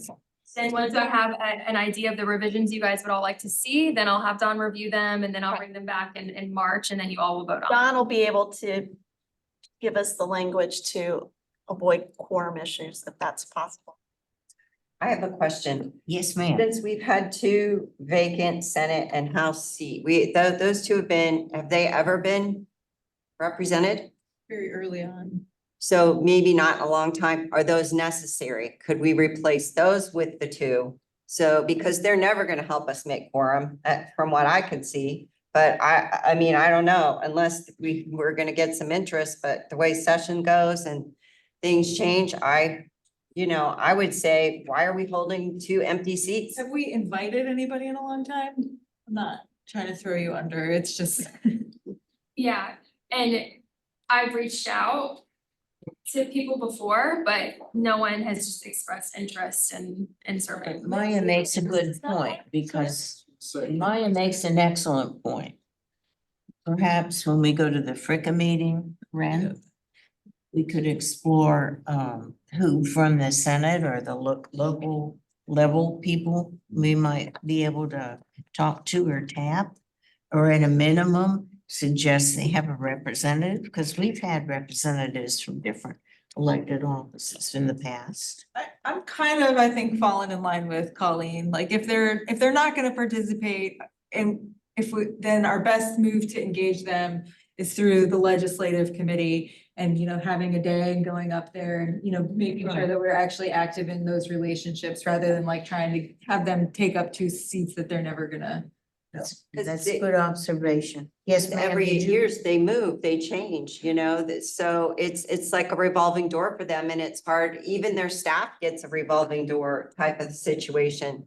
So to me, the lowest hanging fruit is to actually give Hernando Citrus those two seats. And then you're not gonna have that quorum issue, because they're actually like an anchor around our neck on to get to quorum at this point. You said there's only 45 of the 65. I don't think do you need to grow then, or can we just like take? No, I think the 65 is Good. yeah, I just wanted to present that as it's an option for you all to consider, but I think, right, 65, keeping that as a limit makes sense. We can always add new like member groups to that. Perhaps we can, 45. Mr. Chair, go ahead. You had We said- just need to, figure out how we're gonna include new counties that are now part of the ABCM, is that what we're calling it? Yeah, like I like ACM, I think it sounds better, ACM too. but ABCM can. I was talking, right now, Lindsay Cross is a state representative who was on this committee, back in the day. So I think we're in a unique situation right now where we could maybe get somebody that when they're not in Tallahassee, they would still appreciate participating. That's not always the case, unfortunately. And she has attended our legislative review committee meetings before, so like Maya mentioned, that could be the way that we engage these electeds is by inviting them to that LRC committee of the ABM, and then we just relay, what was shared here to the. We're not relying on them for. And we're not relying on them for quorum, and then they can attend if they can make it, if not, no big deal. Okay, you got the idea of this brilliant group. Any other ideas? Yes, ma'am. Just as far as the name change, so there is already an ACM in our area. It's the Association for Computing Machinery. So maybe it'd be less confusing if we did the ABCM. I don't see anything else like that around here. Just a thought. Part of the computing one. I know, but I don't really Serve our world. It's a US based, I don't know. That's good to check. Maybe just think of that, yeah. Well, how about at the March meeting, we'll everyone try and come up with a few name alternatives, and then we'll discuss it further there. That's gonna be my suggestion, okay. Great, so next slide, these are just other sort of things that are listed in the organizational statement under membership. So that the members of the legislature that are appointed to the ABM shall participate to the extent that their participation is not incompatible with their respective positions as members of the legislature. I imagine if we take those two seats off, maybe we can remove this brief language. Okay, and then all members on the ABM shall serve without compensation. The chair of the council shall annually designate the chair and vice chair of the agency. And then every attempt shall be made to ensure a geographic balance of regional representation in the agency. I'm just putting this out there for conversation, not formed opinion on it, but there's been a movement among some volunteer boards to offer compensation as a way to enhance like diversity and in terms of like who's able to participate. So you could consider making, if that's important to this group, you could consider making a stipend available upon request if that changes who's able to come and participate. Anyways, that's a trend in different kinds of groups. So I know that's a very different kind of approach, but just putting it out there. I'm not sure if you want to totally wipe that off or not. Any thoughts, responses to that? I cannot see if anyone's commenting online at the moment. Elena, if you can keep track of that, I'd be good. The comment isn't, there's a comment, but it's not relevant to this section. So, I mean, if that is something we wanted to pursue in the future, all we can do is just remove that bullet or that line in the operating or the organizational statement. George? I was just, George Henderson, I'm following up this idea of the inclusiveness. I would beg to believe that all people here who are representing agencies are actually being paid while they're here. Whereas the volunteer members from other organizations are not being paid. And so that's part of where Maya, I think, is going with that push among of organizations to try to expand their diversity, but to level that playing field so that, everybody can participate, not just those people who have jobs that allow them to participate. Right, so first, that might be why we're not filling the spot for Pasco and Manatee County. It's because people would be volunteering their time to participate in these meetings. So if we did remove that and we wanted to consider having some kind of compensation for those volunteer participants, then. By the same token, I would like to say that this is really important. Yep. And that any community member should want to volunteer. And it's more a question of whether they have the economic opportunity to volunteer. Okay, what else do you have, Alana?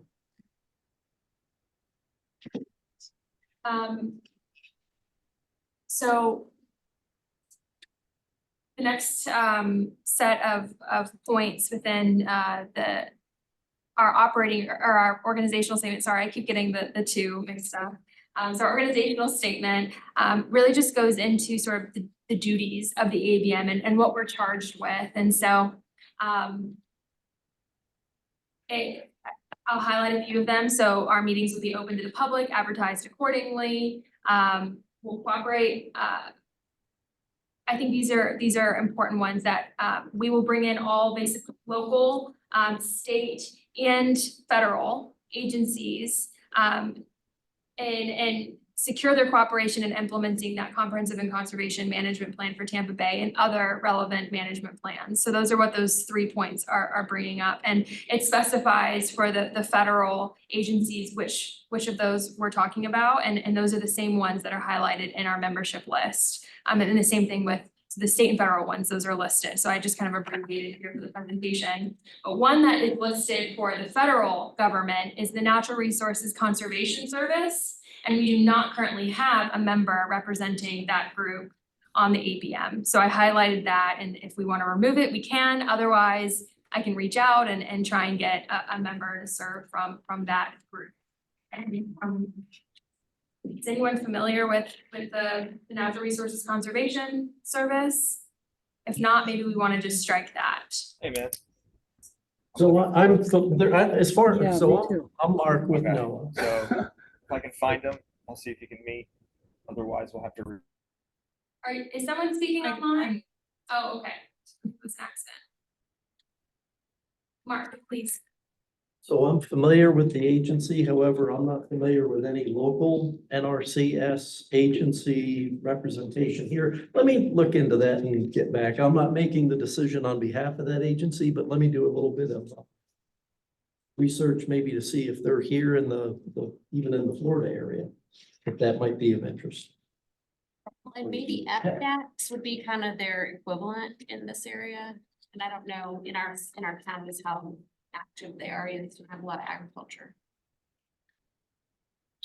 Shane Borcher, U.S. Fish and Wildlife Service. NRCS actually does a ton of coastal work in other parts of the Gulf, like barrier islands and marsh, nourishment and all that sort of stuff. So I think it would be worth checking in with them and just seeing if they do any of that type of work here, assuming you're looking for like a more coastal focus.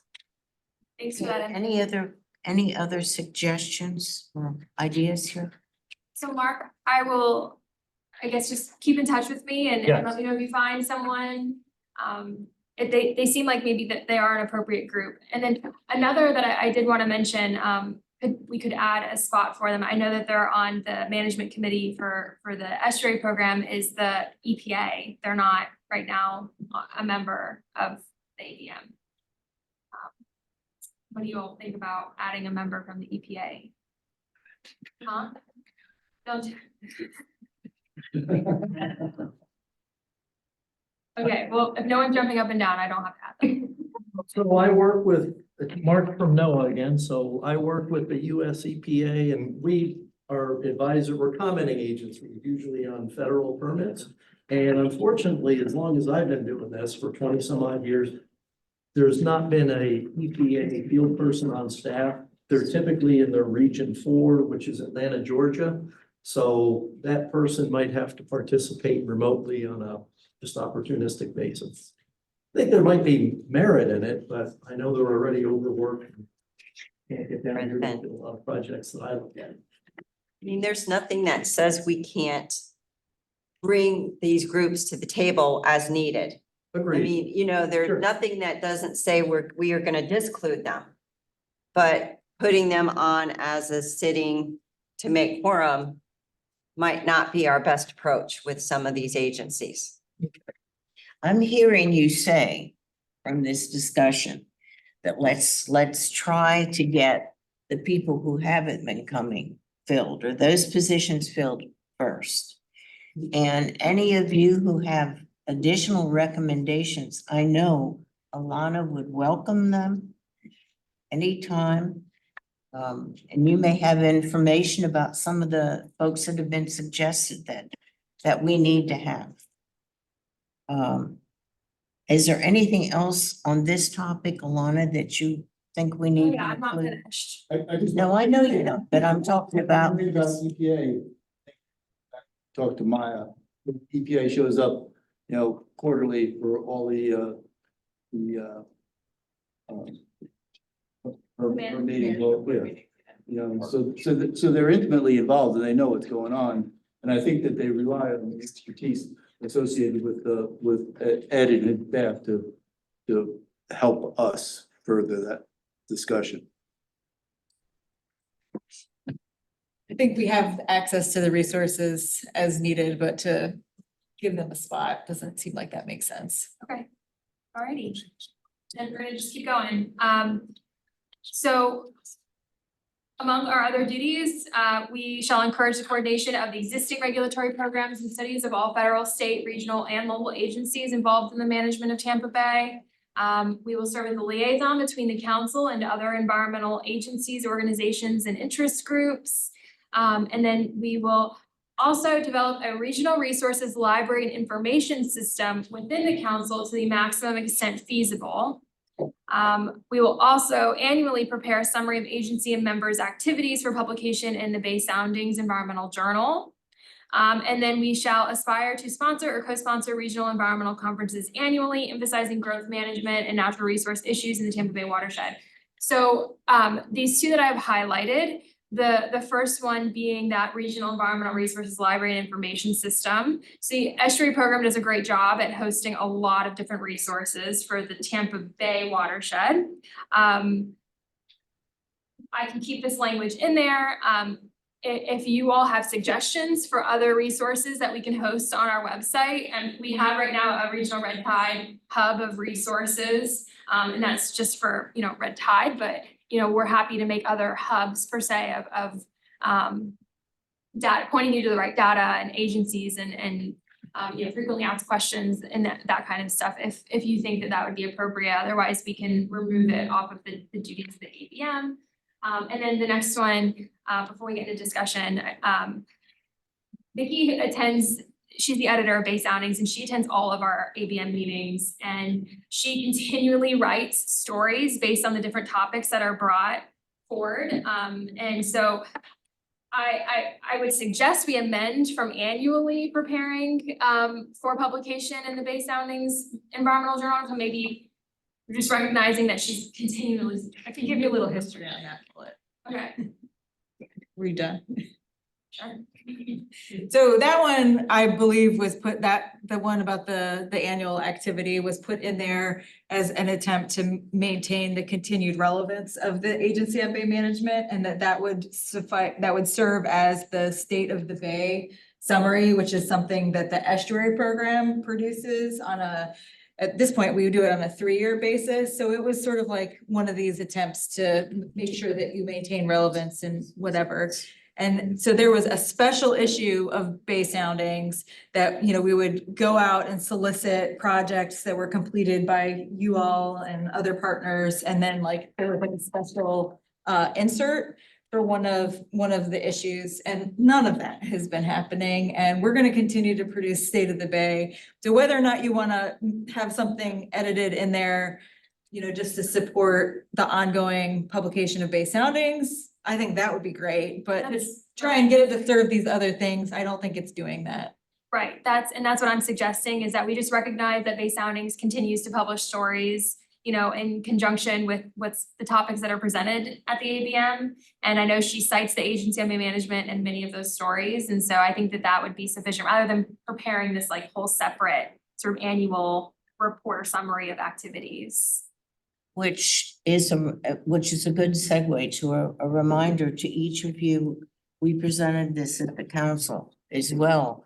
I think our director may be going with this. I know Vicki and I've talked about it, but we want to pay some visits to the cities and counties that are part of the Tampa Bay Regional Planning Council with the idea of asking them, what are the environmental challenges you've had? And what environmental projects that you've done have been successful? And what would you like to see happen in your area relating to the environment, so that we can share with the people in the Tampa Bay region and obviously our constituency what's going on and what needs to happen. And it's going to be a series called The Treasures of Tampa Bay. So if any of your organizations or any of you have something that you would like to plant in that regard, we can explore it further and develop an article or a couple articles for our Bay Soundings. So you have a chance to brag a little bit. So what do you all think about the Regional Environmental Resources Library and Information System on our website? Is that something that you all think is needed? Tiffany with U.S. Fish and Wildlife Service. I agree with the Tampa Bay Estuary Program. A bunch of information, and maybe this is one where we can edit those two together in a way that says we will work on developing resources and content to share and keep ourselves relevant. But I think you could take out the specificity of the resource library and the annual summary. I think maybe just making it a more broad statement of Developing the resources, yeah. Creating content of where we see the need for information and other media stuff. I will say, if y'all do publish, information or resources, if you wanted to co-publish them, not just on the Regional Planning Council site, but if you wanted to make them technical publications of the Regional Planning Council or of the estuary program, that might be helpful, so that people aren't going to two sources, kind of like what we did with the economic valuation. That's on your site and on ours. Just a thought. Okay. So that And that resource is available for anybody, you know, if you want to write up a report summary or something, it just needs to be vetted through our TAC and then it can become a technical report. Okay, so I think I have good direction there. Any of these other points that you'd like to make any kind of an amendment to or? I think the last one is referring to the BASIS conference. We would love to have the Regional Planning Council help us pull off BASIS so that we're not trying to go that one alone. Last time was the first time we had to do it on our own and it nearly broke us. So you guys are really good at those. And so we would love to continue that partnership on the BASIS conferences. I know we were a sponsor for that event, but you know, I can work with Bren and see what other kind of assistance we'd be able to offer and Kind of like what we've done before where we pay a fee for some of those hosting support. Got it. And been there, done that. Natasha Dickerel of Nellis County also commented that the Florida Water Resources Monitoring Council also now has an online HAB repository that could also be of interest. She dropped the links down. Right, that's what I'm thinking. We have some kind of a web page that just links to all of these different environmental resources. Right, okay. And then anything that we produce here, like letters of support or anything really could also be added to that web page as well. Okay, great. I'm gonna keep on moving then.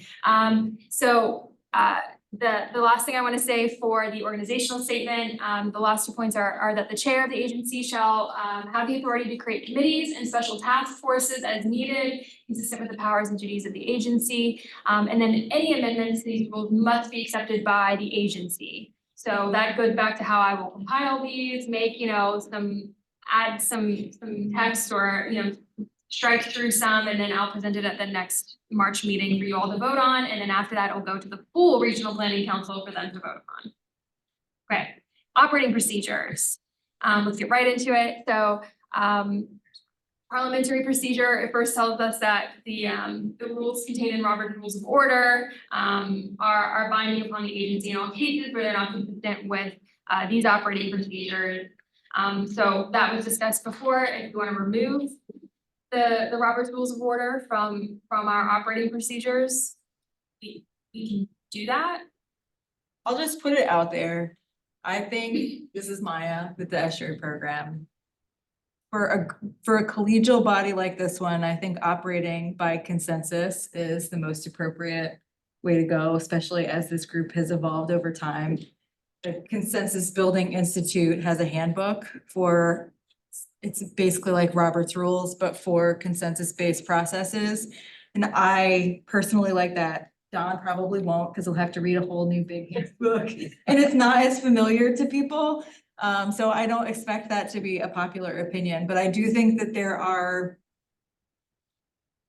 those kinds of techniques that would make the agency more effective, especially like for earlier phase conflict resolution, joint fact finding, those kinds of things for some of the more contentious issues that we've dealt with in the past and we sort of avoid now because Robert's Rules makes us go on record as representatives of our individual organizations. And so people abstain, they don't comment, we don't send, you've been sending more letters and that's great. But I just think there are better ways to do business and the Consensus Building Institute has a handbook that I would recommend we at least look at or consider.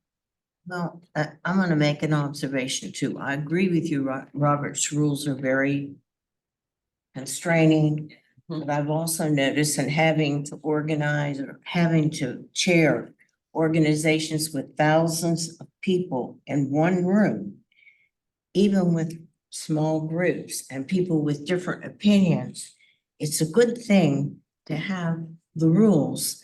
But also the chair needs to be sensitive, and I'm getting to know you better to the fact that we need to have more exchange. We need to get your input. We need to get your ideas because that's the beauty of having this particular group. Natasha commented again that in my Master's of Environmental Law program, consensus building was the main tool for conflict management and decision-making procedures, and to support Maya's suggestion. And I personally have always hoped that the ABM was a safe place for you all to fall. And what I mean is that you can speak with candor about different environmental issues and not necessarily represent your organization. You can talk as scientists and informed people. So I think that the consensus building can be structured such that it's rules. And maybe we can take a look at that and see if that helps us out in that realm. And there's no mandate from council of how we should operate. I don't think so, but I will definitely talk to Don Kahn, who's our general counsel. And I spoke to Alana about this. I'm going to see if Don can start attending ABM meetings. And that way you guys can get some answers right off the bat about some of these things. I know Don's also very helpful when you talk about legislative items. Before, he used to attend all the ABM meetings. And I think if that's something that you all would think is helpful, I can get that on his list of meetings to attend for the council, so. Yeah, our attorney's made a big difference. He can make a big. The only thing I would, Colleen Weaver with Pasco County, I would echo that, and I would love to see a presentation so that everyone understands the differences, because there's actually some overlap on it. It's not as different as you might imagine, but there are some better ways to run that meeting. It'd be nice to have like a little at our next meeting, maybe, you know, a little side to side, how it varies and how the meeting changes a little bit too. Okay. Any other comments, or you ready to move on? Move on, and I can do that for the next meeting if you all would like that, having kind of a side by side of the difference between the two. And then we can make a decision of whether we'd like to replace that language. Okay, great. So let's keep going on with the meetings. You know, it's our operating procedures say that we will have regular quarterly meetings and special meetings as necessary. And so for the time and date, the agency chair shall provide the annual list of scheduled meeting dates with the first meeting notice in January of each calendar year. And you will notice at the bottom of the agenda for today, you have all of the meeting dates for next year.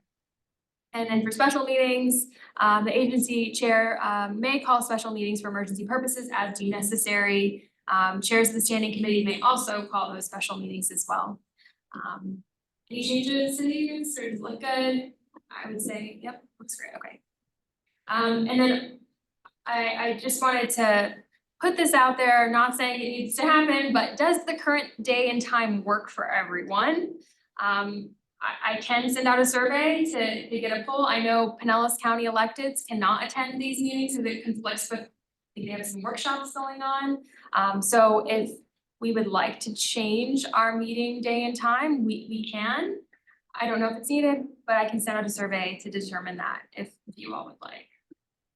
Any initial thoughts about daytime? Do you all love this time, or would you be fine if, say, we moved it to a Wednesday? Or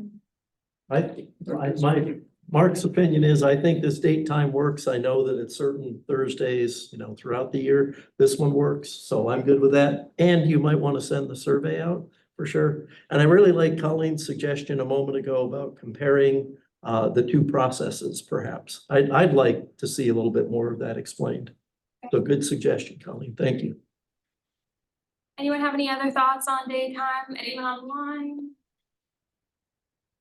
No, I think though it's important to remember a lot of the cities have meetings on Tuesday. I mean, a lot of these elected officials that control some of the people that come to our meetings or who could participate are already set. So personally, I'd be a little concerned about changing the day, Thursdays. I have a question online that's kind of related to a different issue. It's about so DEP and other regulatory agencies are ex officio non-voting members of the RPC, and they're asking whether or not that extends to the ABM, which it does not. It does not. They are voting members on the ABM. Correct. So we just also have them as ex officio members for the RPC. Yeah. Okay. For noticing the meetings, regular meetings, we'll notice the date and time of each quarterly meeting no later than 7 days before the meeting date. That aligns with sunshine rules currently. Special meetings, each member shall receive notice of special meetings not later than 7 days before the meeting date. Such notice shall be written if possible. You all have received my meeting notices. I usually send them out through Constant Contact, and I think within the past year, I've been sending them out as calendar invites as well. Has that worked for everyone? You all are great. Okay, amazing. Yep, Cap.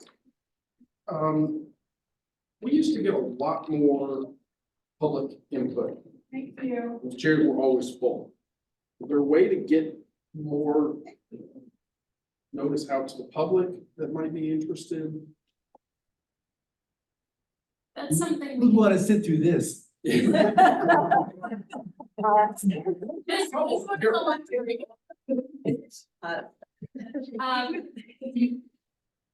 So when people do and I do get requests all the time, I'd like to join your mailing list, and then I always, send them, or I add them manually, or I send them to our ABM website for them to sign up to get those meeting notices. If there are other avenues that I can publish the ABM meetings through, I'd be happy to do so, if someone has a suggestion. Or another way that I can, have some more outreach with the public. And don't forget they're online. Yeah, I was gonna say, Kevin, there's more people online than there. They don't have to be here now presently to listen in and understand what's going on in the room. Right? Can't get people to show up for anything anymore. Tiffany?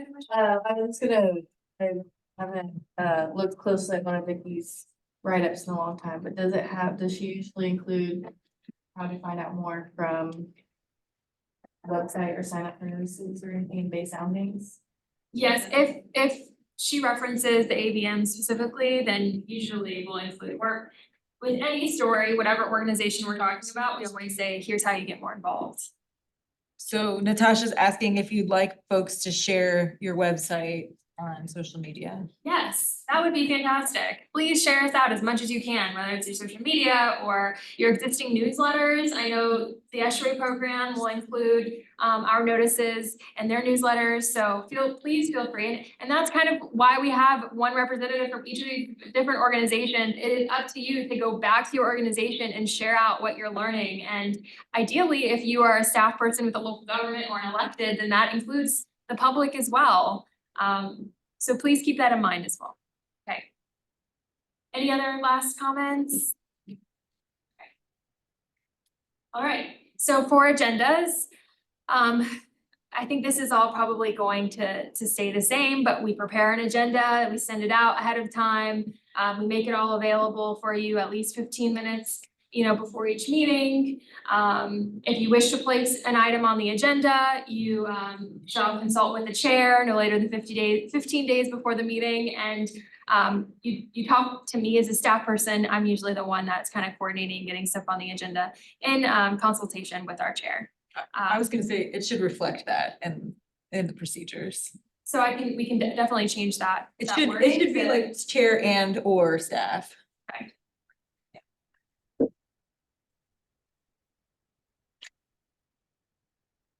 Or staff. Great.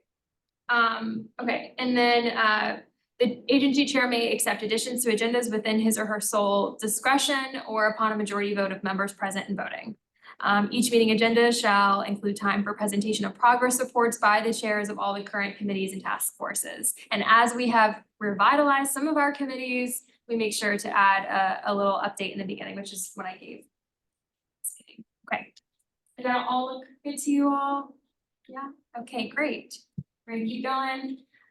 Special meetings, no agenda is necessary for special meetings, but all business conducted in special meeting shall relate to the purpose of the meeting.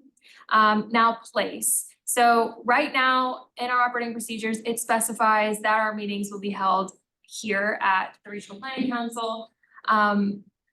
I think it would be appropriate to add some language in there that allows for hybrid meetings or virtual meetings. Our committee meetings are entirely online. And then, these meetings, we have a mixture of both. So that's not reflected in our operating procedures. I imagine it probably wasn't too common back in 2011, but now that might be something we want to add. What do you all think? That's important. Yeah, if we're gonna keep. Should definitely reflect it. Online, absolutely. Great. All right. Then for next section is just on motions and debates. Says that, you know, neither the chair nor members need any rise to speak. The chair can take part in discussion, can make motions, debate, vote. And then there's no limit to the number of times a member can speak on a question, although you should not speak twice in a particular question until all others who wish to participate have done so. Motions to close or limit debate should be granted only when essential at the discretion of the chair. Such motions ordinarily should not be granted. So does that all sound good to you? Okay, we're just gonna keep going. Records, regular and special meetings. It says that, you know, the staff shall take minutes of each meeting, should reflect the substance of the discussion, issues, proposals for future action, and then copies of those will be mailed to each of you, and that we will maintain a record of those as well. And we do so through our website, and then for the most part, I try and send up a follow-up meeting after each full agency meeting with the minutes and copies of each of the presentations. Has that worked for you all? Yes. You like those? Good. Okay, I would Great. just also change the language of mailing though to provided. right. All right. These are also uploaded online, right? You don't think about meeting them. Yeah.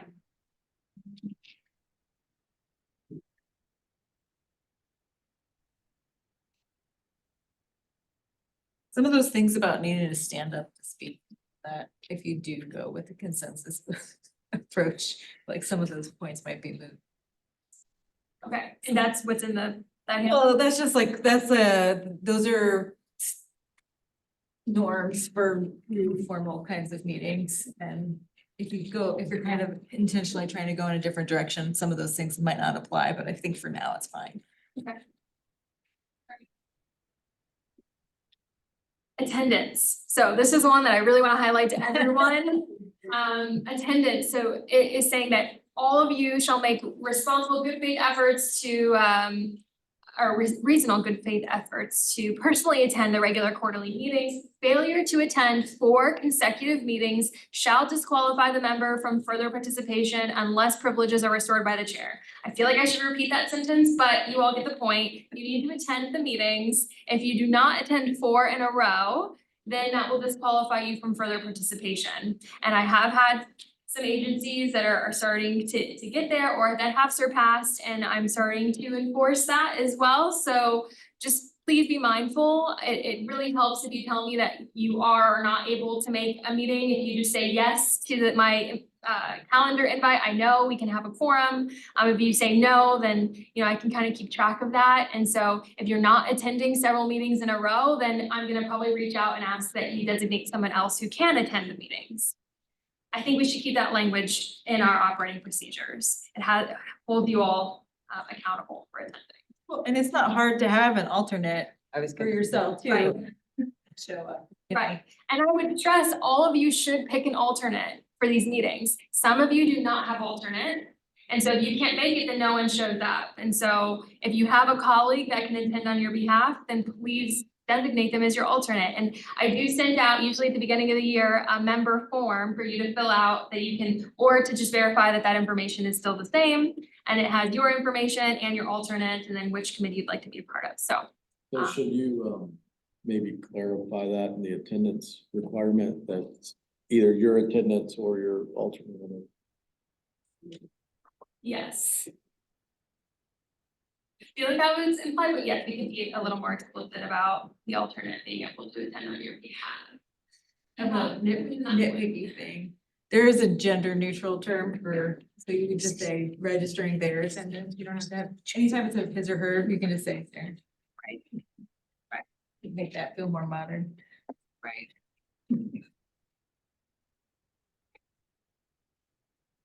Can we add and in-person attendance is encouraged somehow in there. Comments have already online.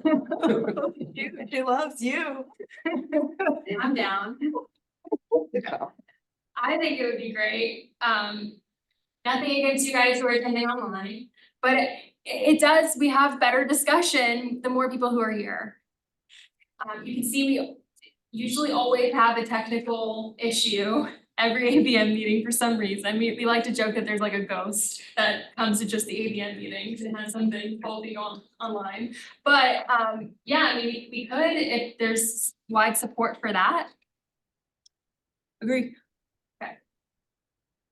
And it could be, you know, we encourage in-person attendance, something along those lines, right? Okay. Just a point of curiosity, Alana. Were any of these things in existence before our meeting today? I don't think so, were they? Yeah, these are all the existing. Okay. So we're What just I have on here is the existing language, but what we're discussing are new additions. making amendments to it. So the main thing we're talking about is if people can't please have an alternate, because your opinion is very important. We're gonna add that somewhere. And we'd also encourage in-person attendance. Okay, so each person will be responsible for registering his or her attendance by initialing an alphabetical roster of members to be daily kept as part of the membership attendance record. This roster shall be made available at least 15 minutes before and after the meeting. Maybe we want to change that to reflect that we do have people participating online, and usually we ask them to add their name and organization in the chat. So maybe like one roster doesn't include that. I can change the language to just something effective, like they will make their attendance. Attendance rolls. Right. Power. Right. Okay. Okay. Members may discharge their duties through alternates who have been granted such power in writing, so actually it is in there. And then non-member attendees may participate in discussions. Members may also request the chair solicit comment from non-member attendees on specific proposals. Such requests may be granted at the sole discretion of the chair. So I have had people reach out and they want to be members, and I have to tell them like, hey, to add new members that needs to go through the ABM, and we already have 45, yada yada. So I try and stress that you can attend ABM meetings and it's open for everyone and you can participate in the discussion. I think, you know, in terms of the roster of members, that's really for the voting and yeah, making sure we have equal representation across the geographic region, right? So everyone's welcome though.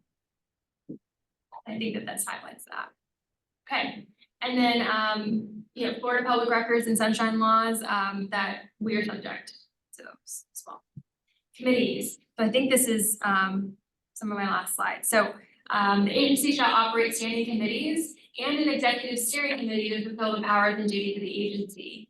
And these are the standing committees. So right now, I currently have the Legislative Review Committee and the Natural Resources and Environmental Impact Review Committee meeting as needed. We do not have the Public Information Committee, the Habitat Restoration Committee, or the Executive Steering Committee meeting. So we can add some language like as needed to here, so we can still keep those committees under our purview if there is a need to start reconvening them, or we can just take them out altogether. Yes. Maya Burke, Tampa Bay Estuary Program. I think that the Habitat Restoration Committee is now redundant with our Habitat Restoration Consortium and would recommend that that gets deleted as a committee of the agency. Okay. Now, if we do expand our scope to those other counties, are you also covering those counties? No, but I think that there's nothing that couldn't come before the full agency or one of those other things. So I think it's kind of silly to try and maintain a redundant committee. Right. Just because you got a couple extra counties. Okay. I saw George first and then Mark after. George, and I would concur with what Maya just said about the Habitat Restoration Committee. You know, originally the Natural Resources Committee and the Environmental Impact Review Committee were standalone committees. And the Natural Resources Committee sort of did back when we weren't really doing much habitat restoration, did the habitat restoration kind of work. And environmental impact was really important in the eighties and nineties as we saw a lot of environmental impact. And then they merged the natural resource environmental impact review to better utilize people's time. And the Habitat Restoration Committee got spun up because in the early 2000s, there was just an initial really strong surge of interest in how are we going to do this habitat restoration. And a lot of it went along with building the estuary programs, restoring the balance. So I agree completely that within the structure of the Natural Resource Environmental Impact Review Committee, all the work of the Habitat Restoration Committee as it pertains to this agency can be covered without any difficulty, without double stressing people to attend multiple committees. And I think you might just want to put it in a line, ad hoc committees can be established as necessary for specific issues. Yeah, and I think that is somewhere else in operating procedures that we can convene in special meetings or ad hoc groups. Okay, so is everyone in agreement? We can at least delete the Habitat Restoration Committee? Yes, after George, this is Mark after George's extensive comments based upon his decades of prior engagement with this group, I have no further comments and agree with George and agree with Maya. Thank you. Thanks. So this is Maya with the Tampa Bay Estuary Program. The Public Information Committee, if I recall, was really only active for a very short period of time, like around the 2008 time period, when it was several iterations ago, but the council was redoing, it was coincident with the website redesign. I continue to think there's a need for communication coordination. I'm not sure if this group is I don't know that that's yours to handle. If it's of interest to you, then fine. But I just don't think it's been a thing for so long that I don't have any real concern about eliminating it as a standing committee here. That's my personal. The really unique value that I think this provides is through that environmental impact review committee. Like that can't go away. Right. May I make a suggestion? With our new change of administration, the RPC is getting more outgoing and involved. We have a lady who specifically deals with public information issues for the Regional Planning Council. So I'd suggest that maybe we explore the idea of just taking issues that are really important directly to our administrator, who also has a strong background in public information, and Maria Robles, for two reasons. One, I think you'd have a bigger impact, and it would be something too that we could, particularly if it's something exciting that's happening with any of your organizations, getting it out right away. You see something? Any other comments? I just want to direct you, so this slide kind of summarizes the two current active committees, so the Natural Resources and Environmental Impact Review Committee, and I am supportive of shortening that name. If anyone has a suggestion, it's kind of a mouthful.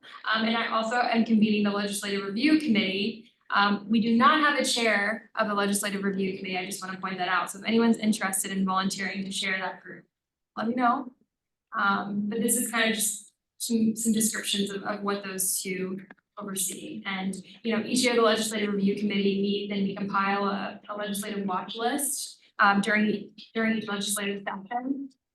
And then the Natural Resources and Environmental Impact Review Committee, really any kind of big projects, we like to send it to that committee. I would say these are a little bit more like hands-on discussion-based meetings. And then these are the two that we're proposing eliminating because they are inactive and redundant. So the Habitat Restoration and the Public Information Committees. So if you guys are okay with me deleting those? Sally had her hand raised. I don't know if you wanted to. I was gonna, I was gonna actually, pretty well covered it, because I'm thinking when we had the Public Information Committee at the beginning, that was when we did State of the Bay and the trip to Tallahassee and all that kind of stuff, which we don't do anymore. And again, that was pre-estuary program. So I think the suggestion that the staff person from the Regional Planning Council do that makes a lot of sense. Right. But I do have something I want to say when you get to comments at the end. So don't forget me. Okay. Under announcements, sorry. Okay. Okay, yes, Alana, Mark from now, I have a comment. Could you go back one slide, please?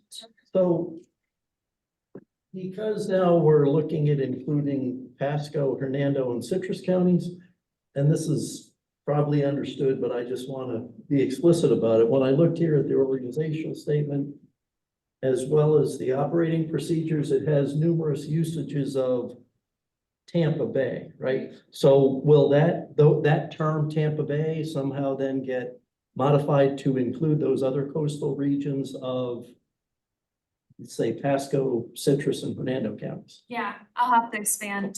Whatever it is, like B plus. Add region on the end of MC it, or- the yeah. Tampa Bay region. Yeah, I'm gonna have to do like a control F or, find all.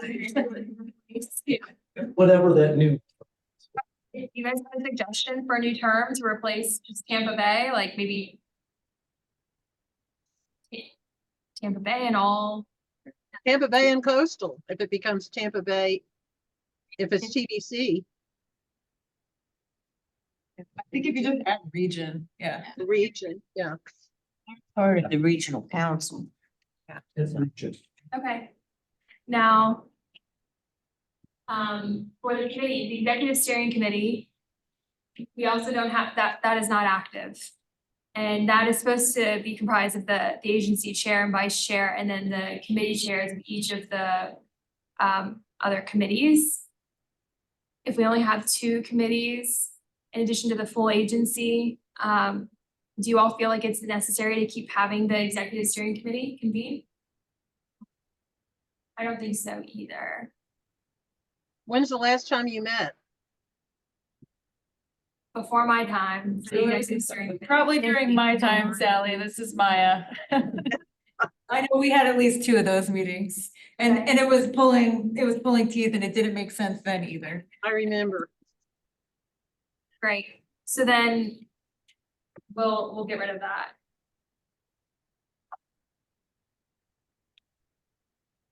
All right. The chair of the agency shall designate the chairs of the standing committees. And I'll just remove mention of the executive steering committee then. The chairs of the standing committees shall designate the members of their respective committees. The way we've been operating those committees is we usually don't take attendance. I invite all ABM meetings, and if you're able to, or ABM members, if you're able to attend, then you come. Usually it's not too formal. So I don't know if we want to keep designating members. We haven't been doing that recently. I would recommend committee membership be on an ad hoc basis because the true formal vote, like even if they have a recommendation, it's got to get voted on by the full agency and there you have membership designated. So the language I would use is membership is ad hoc.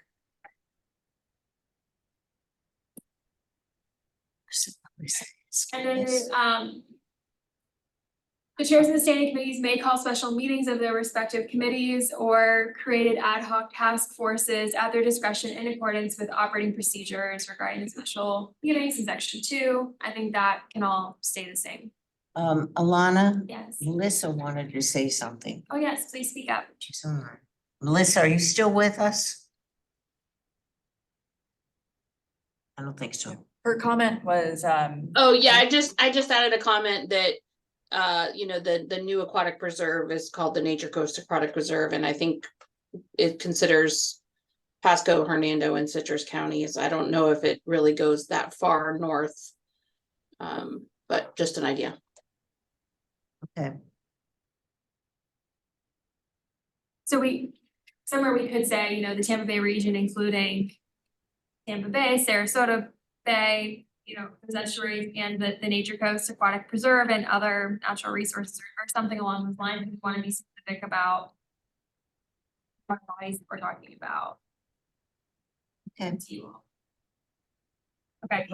I'm reading back under this is Mark from NOAA again. So I was reading under the organizational statement under C for agencies, but I guess that's just. But remember, Randy Reynolds, right? So he's the Tampa Bay Aquatic Preserve, but I don't think Tampa Bay Aquatic Preserve was explicitly stated on here, but DEP was. So to me, the Nature Coast Aquatic Preserve, while important, I think would still be captured under Florida Department of Environmental Protection. Mhm. In other words, I don't know that you need to explicitly include Nature Coast Aquatic Preserve. I think she was giving an alternative naming convention for Tampa Bay and the Nature Coast. That's just my read on what her comment was. Okay. Yes, yeah, I just was trying to align with the new naming for that area, which I mean, it's not new. I mean, people have been using that nomenclature for a long time. Just yeah, not specifically the aquatic preserve, because obviously we're extending farther south as well. Right. Just that just a name that's known and a good convention. I see. But Okay. yeah. You can shoot the natural resources of West Central Florida. Right, it's gonna start getting bigger and bigger, and so I didn't know if that may actually be too broad of a term for what our purposes. Are we talking about Citrus County, coastal Citrus County as well? Yes, we are. They're Okay, now so part of the RPC, so we feel in some way if they have, there could be an option for them to be involved. We had this conversation. Okay, we're almost finished. This is the last slide. Okay. Any revision of the operating procedures needs to be approved by a 2/3 majority vote of members present and voting. Provided that written notice of the proposed change has been given no later than 10 days prior to the meeting. So if we keep this language in here, that means at least 2/3 of you need to show up to the next meeting. Please, guys. Show up to the next one, we can get this approved, and then we'll send it off to the full RPC. Change the soon as possible thereafter. Doesn't the other rules change that? Doesn't. Which other rules? You can change, Census The building. consensus building is what I'm getting at. That might, yes, you can change like what it takes to approve your operating procedures, the 2/3 majority, but you're gonna have to you have to operate under these procedures. until then. Yeah, That's so- not- that's our- Next meeting, otherwise you can't change it. So if I don't have 2/3 of you at the next meeting, then we cannot approve these changes. We'll try again in June, so. I think some of the things we talked about a long time ago when Citrus and Hernando first came in, when I was still coordinating the ABM, and we didn't have 2/3 to change the operating procedures, which is why you've got operating procedures from 2011. Okay. Heed that warning, then please, let's learn from our past mistakes. Let's not let this go on for an additional, 10 years. Please show up to the March meeting. It'll be a good one. Change this to March meeting, or you suggest then that we change this to just consensus plus one? Well, I think prior to the March meeting, you're going to send out the final Yeah, that's not the question. thing so people can, yeah, I think he's saying that changing that 2/3 majority vote. I know. So, this is majority. You need the attorney, and then maybe you can add some online provision on there. I don't know, but I think Don might know, because I think they do make some online provisional. You could have half in present and then another piece online, but I think that's the attorney's probably. Yeah, think because when you talk question about right a now, 2/3 majority, Changes. you so just we have really people throwing out ideas. It has to be voted on. Can I just say something? Because I was gonna mention this in the announcement that I'm gonna make. But I chair the Hillsborough Greenways Committee, and we have been having a problem with having a quorum and those present and et cetera. And our legal people just came up with we voted on it last week because we had a quorum for the first time. So you might want to talk to the legal person, and I can give you the person's name in Hillsborough County to tell you what we just did. Okay. If you wouldn't mind sharing that with, I Lana. will, I can't remember her Any name. of these issues, we're gonna see if we can get our attorney to come to these Yeah. meetings so that when questions like this come up, we can answer them. I just think for consistency, you should, I mean, if you're gonna allow quorum for any other decision, just have quorum. But we had to have a quorum to vote on what our quorum was gonna be, and we finally did that. Yeah, that's third March, but. Yeah, so I think what you're hearing is there's openness to changing that based on whatever kind of voting structure we go with. Only one little other thing I'll just mention to you. I know in a couple public organizations, this doesn't relate to private groups. The state legislature has said you have to have so-and-so thing. And so we have to look at the law because they have decided to decide for us what we do. That's very true. And but COVID changed some of that. For some. So there's some COVID people, changed that's it, why but we then need it Don went- to weigh in. Sorry, Yeah. COVID changed that, but then the governor's order was expired, so then we ended up with an issue with having a quorum. We've just gone through that for the past couple of years, so. Okay, you finished? Got you guys minds? Let's see if we can get through the rest of this agenda. There's not much. Actually, thank you for what all the ideas you've come up with, and I know Alana's constantly wanting to hear from you, even if we're not in a meeting. And I hope you'll do that, but just going around the room, have any of you got any announcements you want to share with us? I do, but I'm not in the room. Hold on, Sally. Okay, Okay, that's right, Sally. I promise you would. thank you. Please. Tiffany Lane with U.S. Fish and Wildlife Service. Our coastal program is accepting project proposals for 2024. This is a small funding opportunity for habitat restoration that will benefit our federal trust species. So if anyone has any project ideas, feel free to email me at tiffany_lane@fws.gov. Okay. Anybody else? Tampa Bay Environmental Restoration Fund will open up for the next round of proposals in January. Proposals will be due in March. You can reach out to Jessica Lewis at the Estuary Program if you have an idea. Anyone else on this side? Go ahead. Colleen Weaver with Pasco County. I would just say, I'm proud to say that Pasco County has just opened a position for a sea grant agent through the University of Florida. So if anybody has anyone they would like to urge to apply, please do, because we're really proud that we got that position and want to get somebody, I know we're going to get somebody awesome in there. It took a long time to get us to make that move, but we're finally here. Thank goodness. And I just wanted to also say the Coast Guard this morning, I've been working with them on some pollution issues in Pasco County on some of the things that are going on our coastline. And I don't know if there's any move to ask them to do anything at the planning council at the main Tampa Bay Regional Planning Council, but we learned a lot. We had a stakeholder meeting earlier this week where we had all our cities and all of our county police, fire, and emergency in the room with Coast Guard. And everybody learned something at the table on how to report a spill. And it was very, very good for our county to understand, to call the National Resource Service in order to report a spill and how it goes down, and not to start with the state first necessarily. But the order, and then how, and they also explain how to register and fill a form out in order to get on their list for that. So they're very helpful. That was just be my thought, is if there's any need for any information to move forward to the big council, the Coast Guard is very good to work with. So you think that maybe this concept itself would be a follow-up presentation?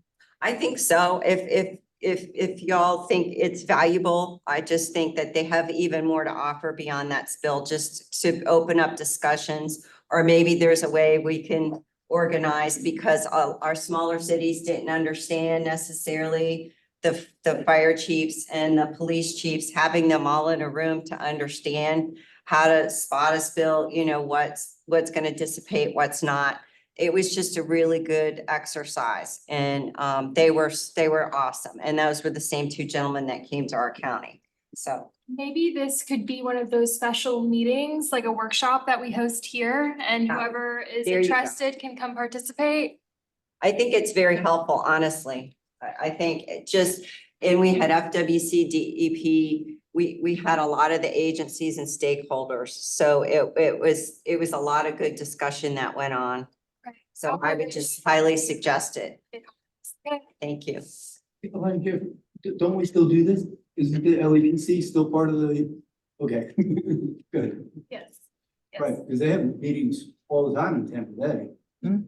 Yeah, so we do have emergency responders meeting continually going on in the Coast Guard's background. really good to be part of that discussion. No, we have we have a person on our staff, Brian, that does that. Yeah. Any other announcements? Sally, do you wanna speak up? Yes, yes. And I will send you the information about the legal opinion, and who the lawyer is. It's Hillsborough County. I chair the Hillsborough County or the Hillsborough Greenways Committee. And we've been through a consultant working on an update to the, Hillsborough Greenways plan, which was approved in 1995. So we just approved our committee, a new, Hillsborough County Greenways and Trails Plan, which hopefully will be approved by the County Commission in January. And if you check the Florida Greenways and Trails Foundation Facebook page, there's a link. I've linked it on social media. And I'm thinking with Vicky, maybe a Bay Soundings article, because this has been a long time coming, and we finally had a quorum and we finally approved it. So it's pretty exciting. And there's a lot of effort going on connecting with the Pinellas Trail, the Coast to Coast Connector, the Gulf Coast Trail going all along the west coast of Florida. So we have a lot of greenways and trails activity. That's it. I'll give you a call on Monday, Sally. Fine. Okay. Okay. Thank you. Sure. Okay, anyone else over here? How about you have something? I do know. Yep. Okay. I have an update. Manatee County. Okay. Sorry. Sorry I couldn't be there today. I have a flat tire. So anyway, I just wanted to say that from the last meeting, the EPC's presentation on encouraging native-based solutions for the shoreline stabilization projects, that was shared with our Development Services Department, and it is being considered right now on how to incorporate that into our current comp plan amendments, LDC amendments that are in the process. So I just wanted to say thank you. This group is an excellent forum for bringing forward some of these activities that are being done in other counties, and it's really helping us to try to progress on those kind of living shoreline projects outside of county-owned Okay, so we will follow up with you on that issue, particularly with the thing that Vicky and I and a couple others are working on for our magazine, and also presentation here, maybe even something to the regional council, because they want to see what's going on too. Yeah. Okay. Very good. Oh, but I had a second thing, just because we're all excited down here. Our conservation lands program just had approved at the board on Tuesday our first purchase. It's known as Crooked River Ranch. It's 68 acres on the north side of the Manatee River, about half a mile of shoreline with the Manatee River. So a good, strong finish to 2023 for conservation lands in Manatee County. And we're hoping to have a couple of more properties come forward for approval for purchase within the first quarter of 2024. So Well, we're you very, very happy. give Alana all, not everything, but at least how some kind of summary of what you're doing so that we can also include this in the soundings and potentially set up some presentations so you can brag about what you're doing. More importantly, set an example for other parts of the state. Well, it's a If- long if- time coming for us, so Absolutely. Well, that's, you should be proud, thank you. really. Is there somebody else online that wants to speak? Nobody else here? got something when they're done.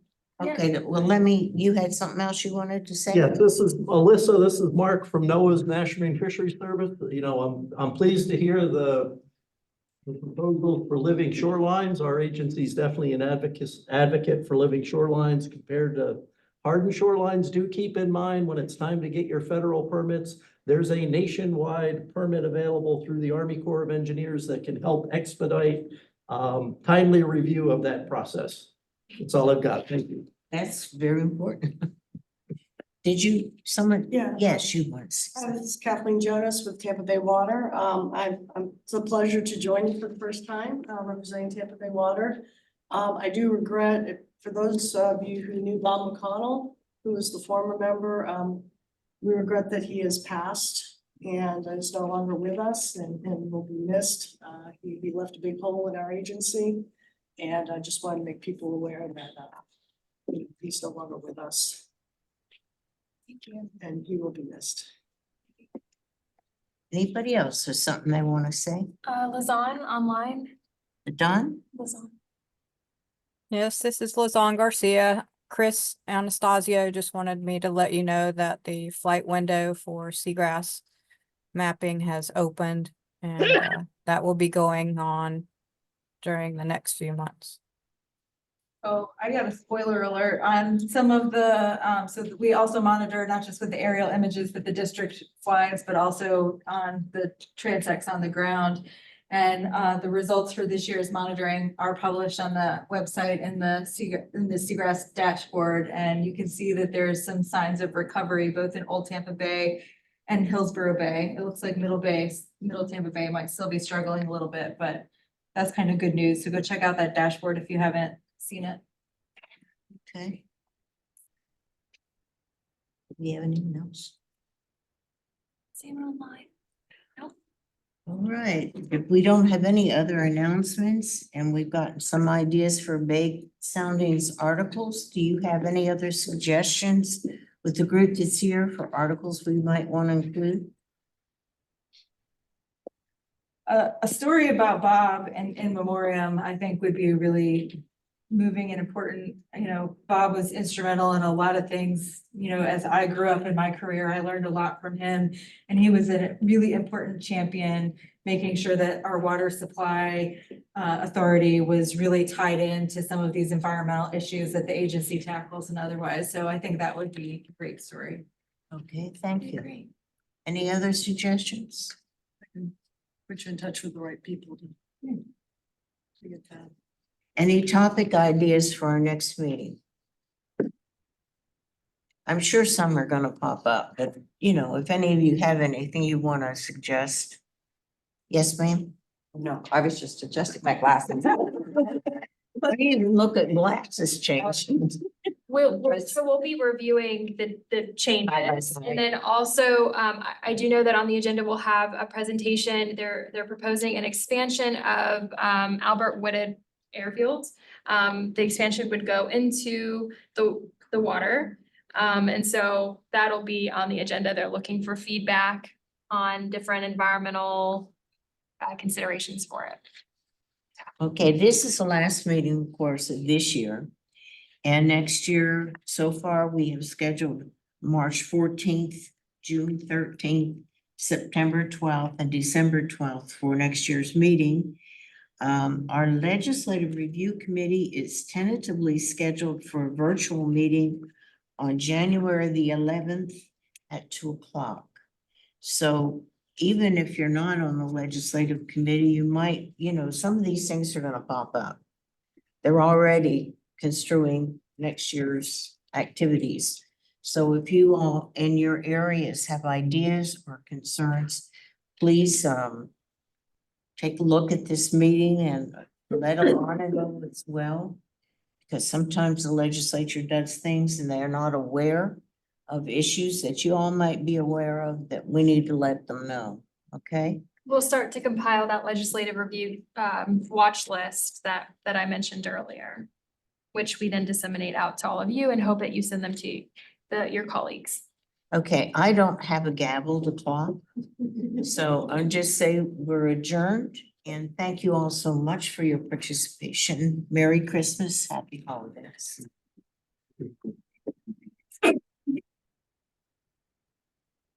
Thank you all for a great meeting.